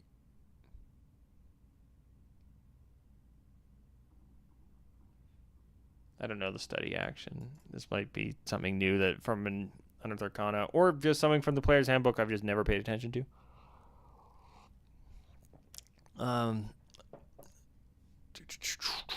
Arcane recovery, short rest, spell slots can have a combined level, basically a knowledge check. Yeah, that's kind of what I figured. If you're a 4th level wizard, you can recover up to 2... Okay. Yeah, arcane recovery specifically says wizard level, rounded up. I would have kept it at 1st level. I don't think that's a... I think it would have been an added bonus for dipping a single level in wizard or whatever. Maybe they found it was too much. That's the only reason I can think of them moving it to level 2. Is just for multi-class purposes. Wizard subclass, they started with the Evoker, standard blaster, which I'm okay with. Feat, memorize spell.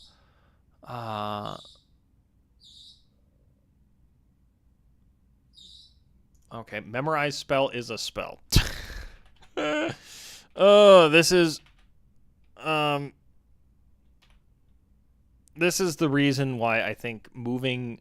Although I like the idea of moving class features to spells, because then you potentially have more uses of it per day than them having to worry about how to balance it. So, like, I'm hoping when they put out the Druid that they get the Druid spell. What's it called? Wild Shape.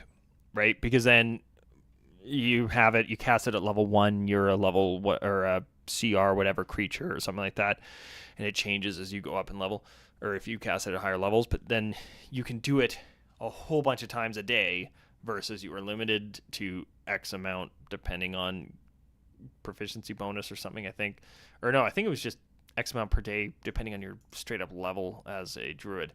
So having some stuff change to spells I think makes sense. But memorize spell being a spell, although it being a ritual, I think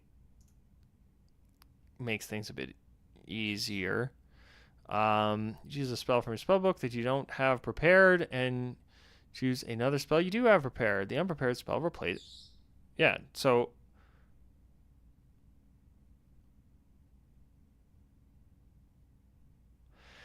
Okay, I like this. This is really cool. This is perfect. This is really good. It's a ritual, so you don't actually have to use a spell slot. It lasts until you do it again, so you could do this more than one time a day, and it just would counteract what you had done before, but lets you take a spell you have and replace it with a spell you don't. So you're in a situation you don't have... comprehend language?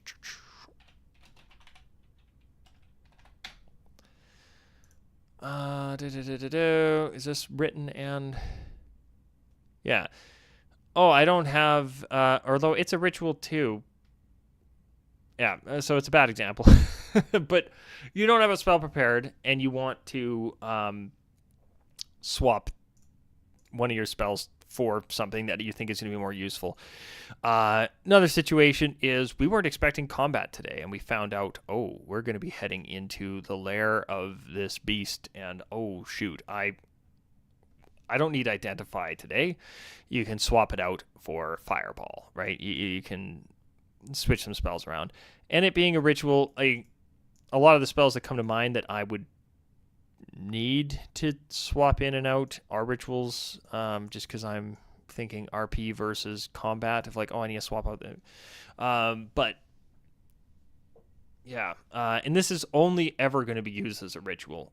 I can almost guarantee it. Nobody's going to take a minute to cast it when they can take 11 minutes and not lose the spell slot unless they are strapped for time of like, hey, this place is coming down, we need some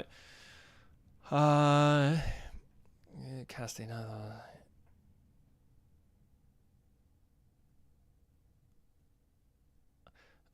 Yeah. For multi-classing, this could be really useful as well.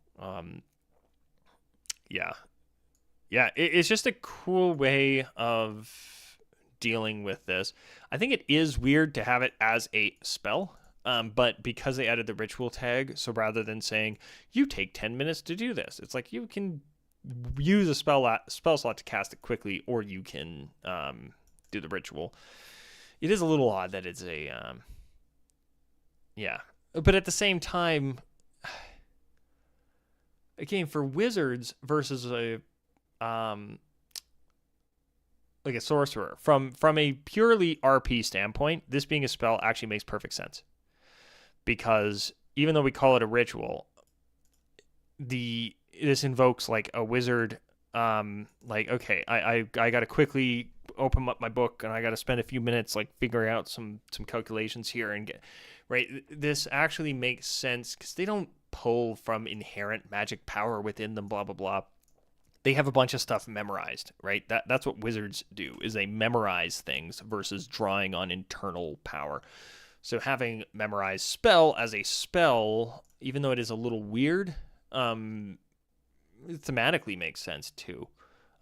So I'm cool with it, and I think it's good.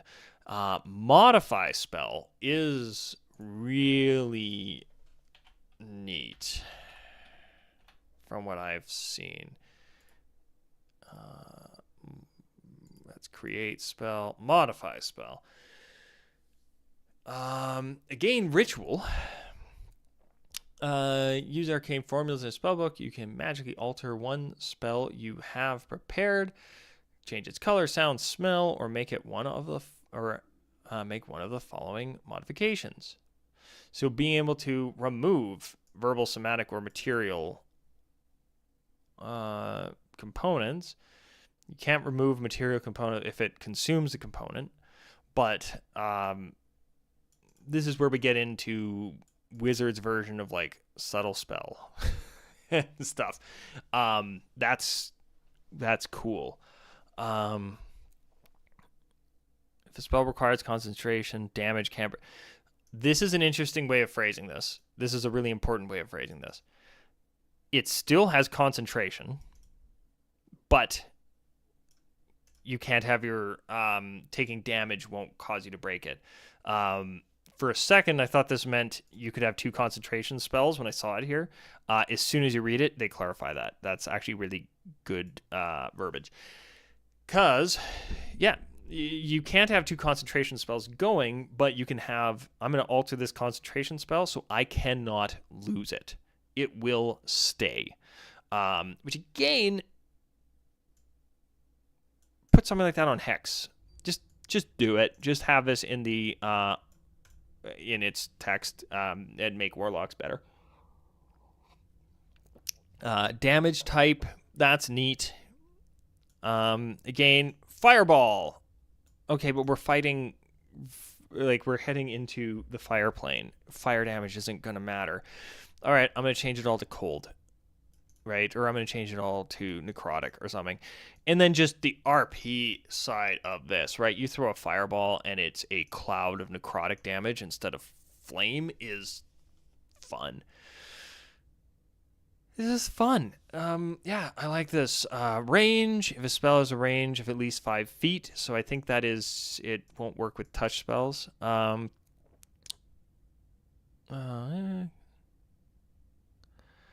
Increases its range. Also, oh,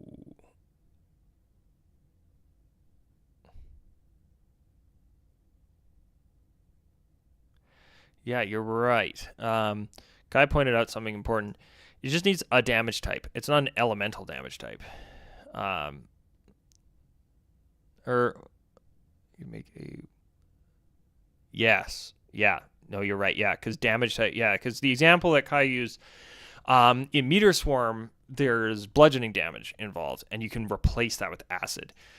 Again, as well, doing a Meteor Swarm that's causing acid damage is just fun from a thematic point of view, right? Which is how my brain thinks, because again, DM. Yeah, targets affects one or more creatures and doesn't have a range of self. It now affects only your allies or enemies. Again, this is dipping its toes into Sorcerer, right? With Careful Spell, right? So now we have both, like potential for like a subtle spell kind of nod or a careful spell kind of nod. But you can only do it on one spell. because if you do it again, it can choose an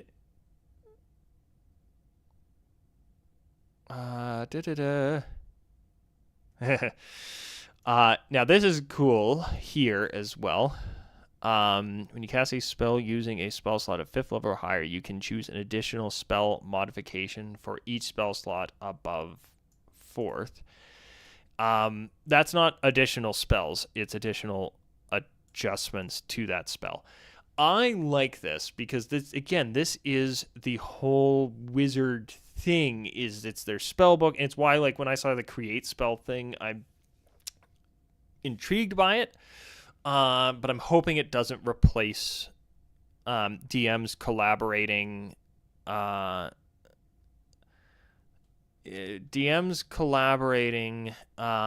With their wizards of like creating a unique spell as they've like a rite of passage, blah blah blah. Like that's a thing that is yeah. So I'm hoping some of that, but I guess we're gonna get to that in a bit because create spell. Unlock the create spell and add the spell to your spell book. You cast a spell immediately after modify spell or followed by scribe spell. If you complete a trio of spells, you create a spell of your own. So you can well, and I guess because they're rituals, you could ritually cast all 3. So that is create spell.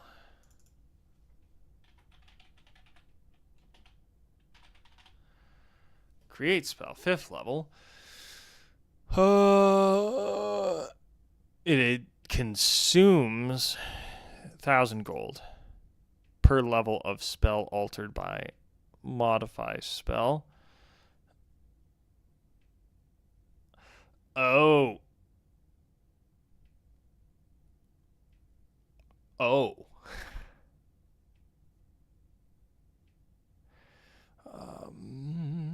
Exceed, you must concentrate for 1 hour. Meditate on the spell you just altered with modify spell. If you succeed, you must start casting scribe spell within the next 10 minutes. Again, ritual will work. Or you must start casting within 10 minutes. So, yeah, ritual will work, even though it technically takes 11 minutes, but you've started casting it. Or you might have to use the spell slot, but in this case, I think you would, just to speed this process up. Once a spell is in your spell book, it becomes one of your known spells and gains the wizard source tag rather than arcane tag. So this is so that one of your other players can't use it, and gains the name of your choice. So you can create, basically, again, I'm hoping this doesn't replace like actual DM discretion, completely new spell things. But the idea is, too many things open. I don't need either of these. You cast modify spell. It also prevents you from modifying the spell you used. Create spell on.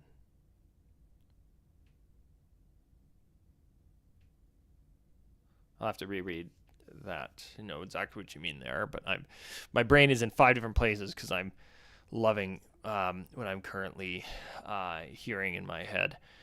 So we create spell, you modify the crap out of a spell, and then you add it to your spell book, so it's just a spell you can prepare. And you can do this multiple times if you have the money.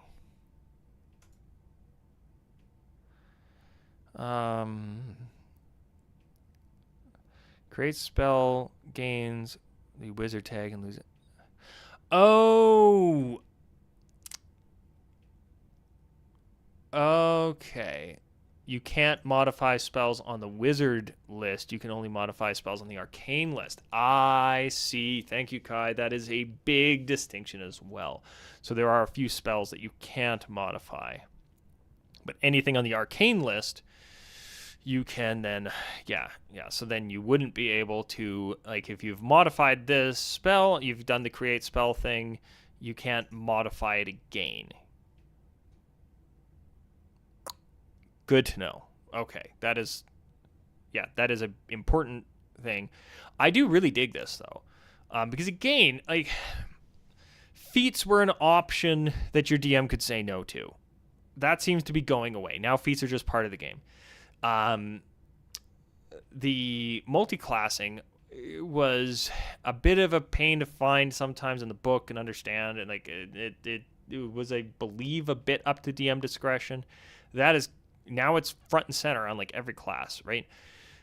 Creating a spell as a wizard was like, you really had to, like, it wasn't even in the books. You had to talk to your DM. You have had to heard through the grapevine that, you know, wizard players had done this before.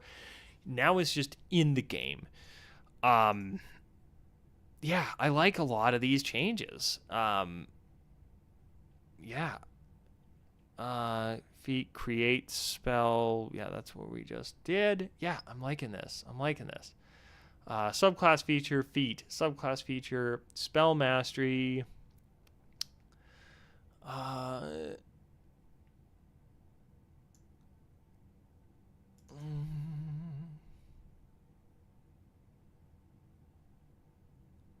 So spell mastery is basically the same as before.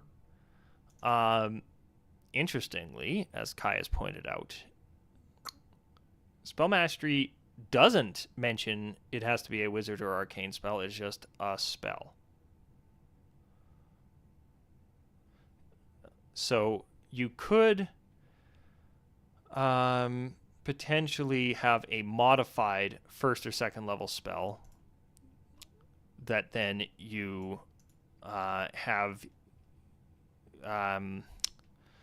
or a created spell rather. If you create a spell, say like a second level spell, you've modified it twice using a higher level spell slot, or I think up to 6 times if you combine a bunch of things. Like, you can do a bunch of mods on a spell, create it, and then cast it for free. A lot. This is, yeah, and the fact that they moved this down, because I think this used to be, I think this was like level 18 or something like that. Or, oh, sorry.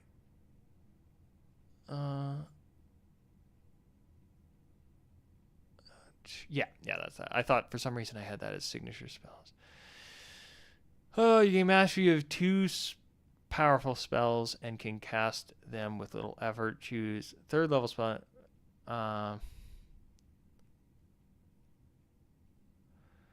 Once at third level without expending a spell. When you do, yeah. So then similarly here, you can use a modified spell as, or a created spell as a signature spell as well. Yeah, that's gonna be fun. Woo. And then, all right, wizard subclass. I have half an hour before I have to vanish. So I'm gonna quickly plow through this. Because yeah, I'm pretty excited about everything I'm seeing on Wizard, but it is, yeah, some of the stuff might be a little broken. They may have to pull a few things down a little bit. Evoker. So yeah, Evoker has always been the classic. I want to hit things with spells really hard. Formerly School of Evocation. I think the schools were fine, especially if they're going to go back, but I think as they've added more spell classes, or subclasses, they kind of had to move away from School of, because it starts to get a little weird naming as the naming convention. So going Evoker is fine.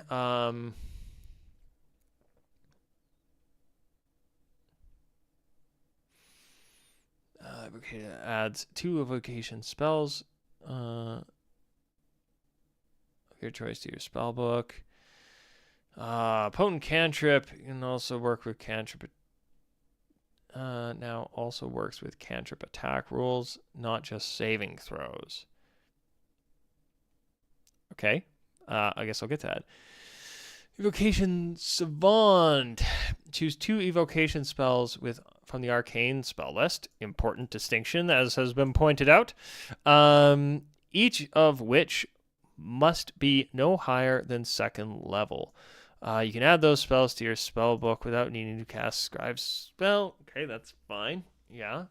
In addition, whenever you cast Scribe spell, to add it cost the gold if it's an evocation spell. Yeah, so this is, as far as I know, basically the same as it was before. I don't know if I can't remember if it gave you the free spells or not last time, but not a big deal either way.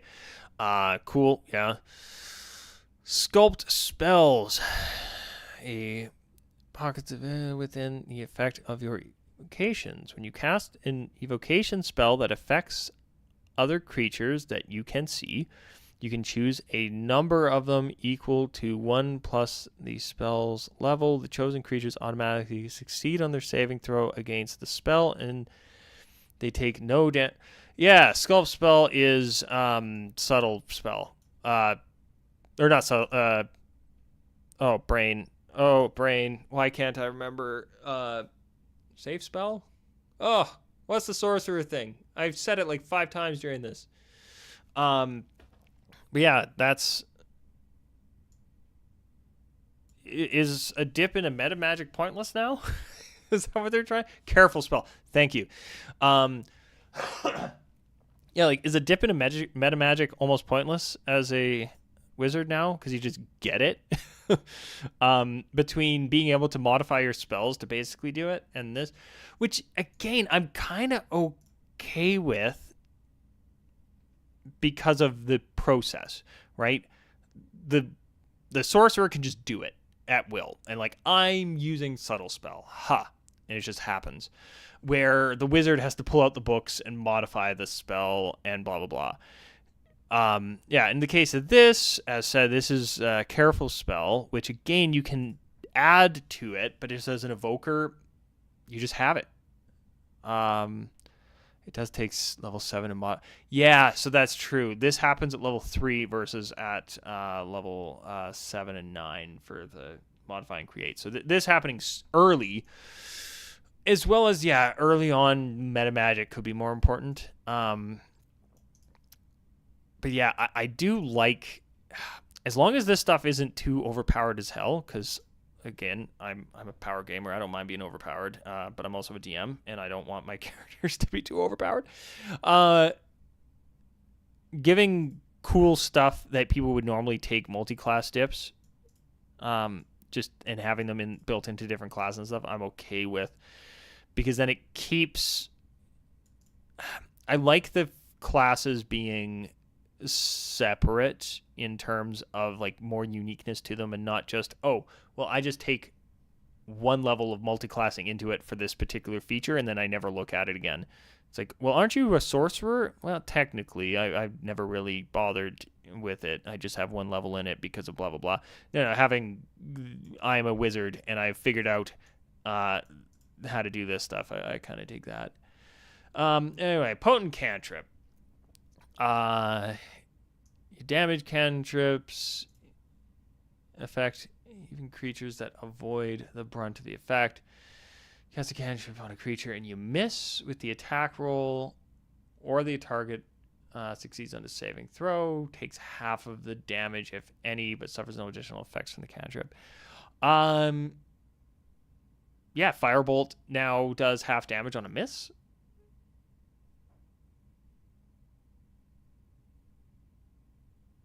Cool.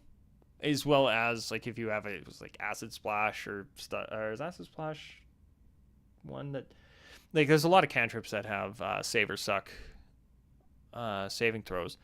So this is cool, right? Or Toll the Dead, I think, is another one that I think wizards have access to. So yeah, and it's just a thing that happens. There's no limitations on it other than it has to be a cantrip. Because yeah, making cantrips better is always nice, because when you run out of spell slots, it kind of always sucks. Empowered Evocation. When you cast an evocation spell from the arcane spell list, you add your intelligence modifier to 1 damage roll of that spell.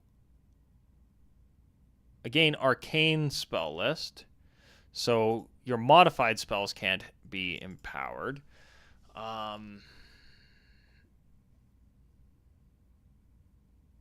Which is interesting, because that means this empowered stuff isn't compatible. So you have to make sure you do still have some non-modified spells. You can add your intelligence modifier to 1 damage roll of that spell. So, like, yeah, you don't add your int to everything on Fireball.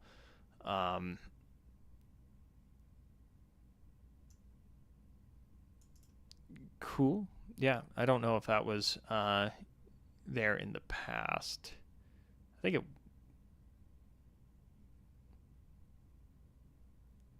Yeah, I think that just was there before. Over channel. I think this was... Yeah, I don't think this changed from the last time.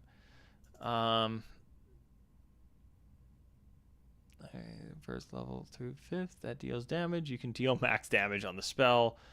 If you use this feature again before a long rest, you take damage immediately after you cast it. And the necrotic damage decreases by a d12. I mean, that's cool.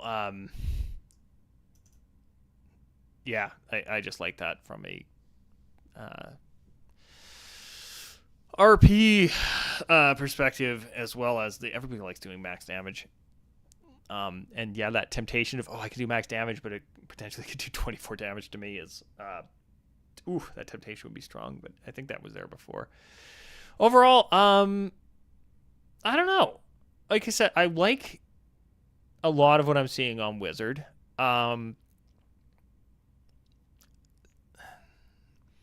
Modify spell could get really silly, but I do really like it. And the fact that it moves spells to the Wizard spell list and will make them less useful for certain other things might even it out. It does, at this point, I'm willing to hop on the bandwagon of some of this could be really overpowered. There is going to be a guide on how to break the game by, you get this spell, you do this modification, this modification, this modification, and now it is ridiculous, right? There's going to be a lot of guides and stuff on that right away. Which it's, again, the power gamer in me is like, well, that's part of the class. That's just how it goes. Ain't it sweet? But at the same time, it would suck if, like, I've got some really cool ideas of just fun, unique ways of doing stuff using some of these things that I would have a blast with, and I just hope that they don't have to nerf it just because some of the combos are just too ridiculous. But then I still want to be able to keep, if they do nerf any of this, to kind of put it a little more in line with some of the other classes in terms of power level. You got to keep the essence of this, because this is cool. This is fun. It lets them dip in, like I said, to some of that meta magic modifying your spell thing, but with a lot of extra work, which has always been kind of the difference between, your Warlock, Wizard, and Sorcerer, is that the Wizard's like, well, got to crack the books, got to make this work. This is going to take some time to figure out, but I'm going to be able to do it. Where the Sorcerer is like, well, I'm just going to, my great-granddad had sex with a dragon, and now I can throw a fireball, and I can make it not damage my friends, right? It's that inherent power versus the studied. I think they might have gone a little too far with some of it.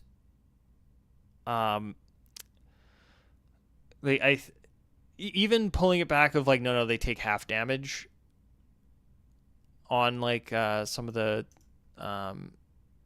or well, Sculpt Spell I think might have been in the original. I'd have to check, but being able to like some of the modify stuff, like making it easier to do, but not as potent as a sorcerer, maybe. But yeah, without actually seeing this in action, I can think of some ways that the theory crafters out there could break this. On its face, it doesn't actually look overpowered, but it could be. there's some combinations of modifying spells that will just like, why would I ever cast a different spell ever again?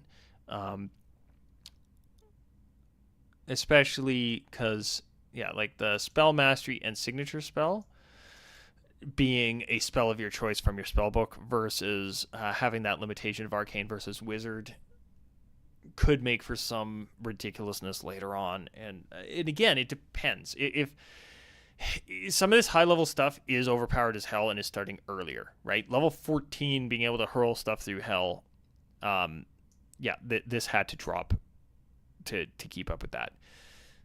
But if the DM gets enough tools to make this work, I can see this being fine. I could also see it breaking the game. So we'll have to see. I'm overall happy with the wizard subclass, or the wizard class and its current subclass. But I could see some modification to a few things. Like a few little like bug fixes in terms of, as Kai mentioned, the scribe spell should just be you always have it prepared. Because I like, at first I was like, why would these be like spells and not other stuff? But it's like modifying a spell is kind of a spell in itself, right? I understand what they're going for. And just having it being, I have moved away from my distaste of moving a lot of stuff to spells rather than a class ability. Again, especially like druids, right? I'm hoping they actually turn Wild Shape into a spell, so that when you're getting really high level, you can cast it just a crap ton of times a day, rather than, I can turn into a wolf twice, right? I think as long as they compensate by having a bit of extra spell slots for it, or you can cast it, similar to, there's the fix for druids. Do it like they did Hurl Through Hell. You can cast it once per day without expending a spell slot. There's your class feature that balances it well enough, right? And then you don't actually have to give too many extra spell slots for it. But they can use it a whole bunch, and you can do the full D&D movie. I'm going to turn into a rat, and then a deer, and then a falcon, and then a fly, and then a blah, blah, blah, blah, blah, blah. Anyway, back to the wizard. Really happy with it. I am going to hit stop recording once, because I'm going to make one last little video. So, my final thoughts on this document. I am excited. I didn't think I would be. I understand a bit more about why they're trying to say that this is still 5th ed, because it does look like compatibility is going to be kind of there. But I think they're pulling a Diablo 2. One of the things Diablo 2 did when they put out their expansion was difficulty levels went up. So you kind of almost needed the new items from the expansion to be able to play the game properly. I think they might have fixed it in later patches, but that's just stuck in my head throughout the years. I think that might be what we're seeing here. Yeah, technically you can make a wizard out of the original 5th ed books. You'll be fine. But it's not going to be as strong as the wizard from this.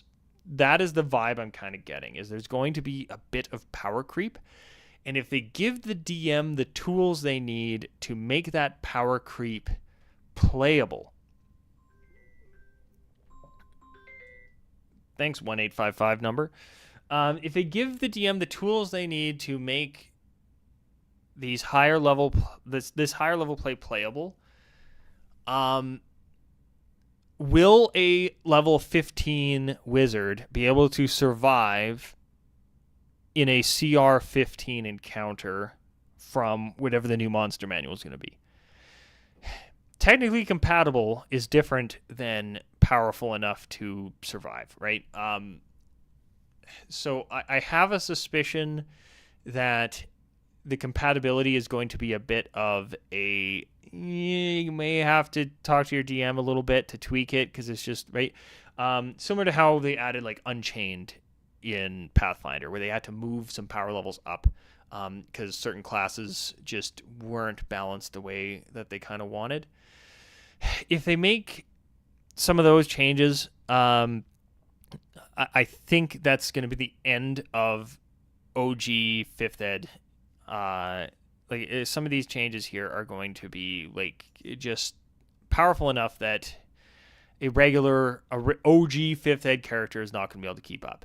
If they don't have access to these masteries, who the heck would ever want to play a human fighter ever again from the original source book? If they could play a human fighter from whatever they're going to call it, like they have to differentiate, right? 5th Ed R, right? Reborn or revamped or something. There needs to be a differentiation, and they kind of, I think they have to be careful that they don't burn people too bad with some of this stuff, right? Putting in the Dungeon Master's Guide that, like, yeah, if you're playing, say, Curse of Strahd, you might have to up the CRs a bit if you're using, if your players are using the new Player's Handbook, or release a supplemental thing for previous books. Like, that could work. Of, hey, you're playing Curse of Strahd, here is a monster manual.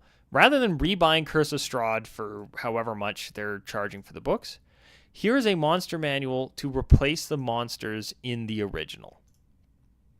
They have new features and stuff that match the way that we think high-level play and stuff will work in this.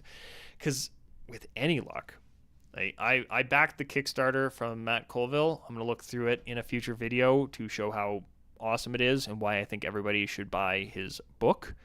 I hope they rip him off and take some of the ideas from his book, because it makes 5th Ed combat way more interesting and engaging, both from a DM's perspective and from the players, in terms of it's not just the goblin moves up and hits you. It's the goblin has different things, or like the minion mechanics that he came up with are like really, really good for 5th Ed, stealing them, kind of like modifying them from 4th edition and making them work in 5th Ed. If they do stuff like that, and add some supplemental material, and everybody makes characters out of whatever the new Player's Handbook and or other stuff they release after is, I think this new version of 5th Ed is going to be really fun, but I think the compatibility is going to be a lie. It's going to be compatible on surface, but just not powerful enough. Yeah, and create, if they modify a bunch of spells, it'll create a bunch of confusion, and like you'll have to tell your new player that when they look up hex, no, you have to use this hex, not that hex. Call this 6th Ed, guys, and just say, yeah, it is somewhat backwards compatible. Because I really like it. I like everything they're doing. I think they're making martial classes more interesting by adding in these masteries. I think the modified spell stuff's really cool. I think some of the streamlining and the what I'm viewing as an embrace of multi-classing, I think is just across the board. Everything in this is really cool. I really dig it. What would I change other than very specific, like fix this little thing about this class? Number one, like I said, make this 6th Ed. It is just different enough. It has just enough power creep that you'll want to differentiate it and say, look, compatibility-wise, yes, a 5th ed player could play in this, but they're going to need a bit of tweaking to do it. Same thing, yes, you can play your 5th ed modules, but here's a 6th ed supplement that you can add to your Curse of Strahd campaign so that your monsters aren't weak as hell, or they have more interesting things they can do, etc. Don't have to rebuy the whole book, but here you go. And then you can also double dip and sell a 6th ed Curse of Strahd, right? So you don't burn completely the people who have 5th ed stuff and just don't want to rebuy everything, but at the same time you create some new books that you can rake in some extra cash from, or put out the supplement digitally and charge too much for a digital item, but it's cheaper than buying the full book, right? Like, there's a lot of ways you can monetize this without ripping us off. Other things I would change, right? So yeah, call it 6th ed. I would like to see, now without seeing the feats that they're adding, part of me would like to see a move back to more of the, like, I think it was in 3.5 and earlier, but I know Pathfinder is where I most of my experience with. I would like to see feats as a more inherent, they just happen, and then ability score increases are separate. But I could see that breaking things a little bit. I don't think it's balanced for it. It would be nice to have ability score increase. Maybe they happen more often. Like, ability score increases happen 4 times for most characters, and then an extra time for a fighter or something, of like a +1 each time. So they just happen a little more often. But again, it's not balanced for that. The only reason I even mention it is because when I saw feat instead of ability score increase, my brain went instantly to, oh, feats are just the thing that you're always going to get a pick, and then you don't have to pick between them and an ability. But they moved ability score increase to a feat. If it's balanced for that, that's not a change that I would make. But yeah. But yeah, that's kind of it. I think this all looks really cool. I think some of it could be overpowered. I have to see as the playtest rolls on if they change some things. Yeah, like, I'm liking everything I'm seeing about the classes. It makes me want to play every class that I've read. Every class that I've read, including making a human fighter, including making a fiendish warlock. Those are 2 classes I never thought I would gravitate towards in any sense. So whoever put this all together, I think they listened to the feedback really well. I think they interpreted it really well. I think they integrated it really well. I'm liking everything I'm seeing, but like I said, I think if you make a character from the 2014 Player's Handbook, you're going to be screwed. If all of this goes forward as it is technically compatible, but I don't know. It really is going to depend on talking to your DM and saying, like, I prefer the old Warlock. Is there a way that we can tweak it a bit to make it work better? It's going to depend on what happens with the Monster Manual and Dungeon Master's Guide. I don't know. I'm still excited. I didn't think I would be. Like, I just spent like 6 hours reading through a PDF into a camera, and at the end of it, I wish there was more I could read. So that's a good sign. But overall,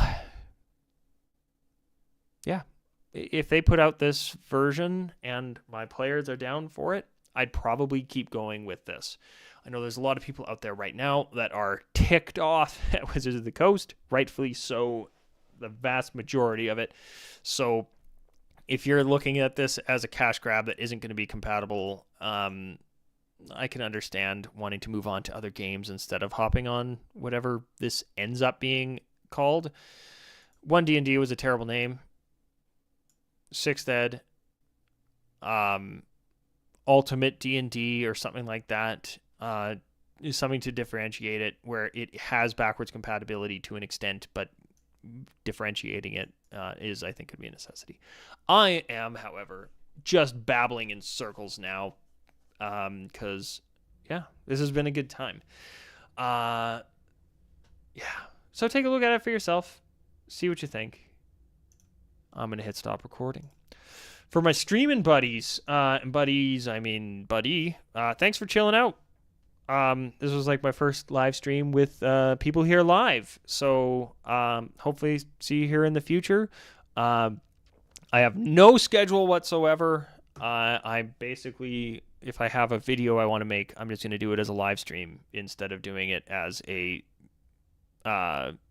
sit down and edit a video, because I think it's more interesting and a little more authentic, because I can't edit it as carefully and choose my words as carefully. So I also, looking through this, made a whole bunch of errors throughout it. But thanks for chilling out, and hope to see you next time.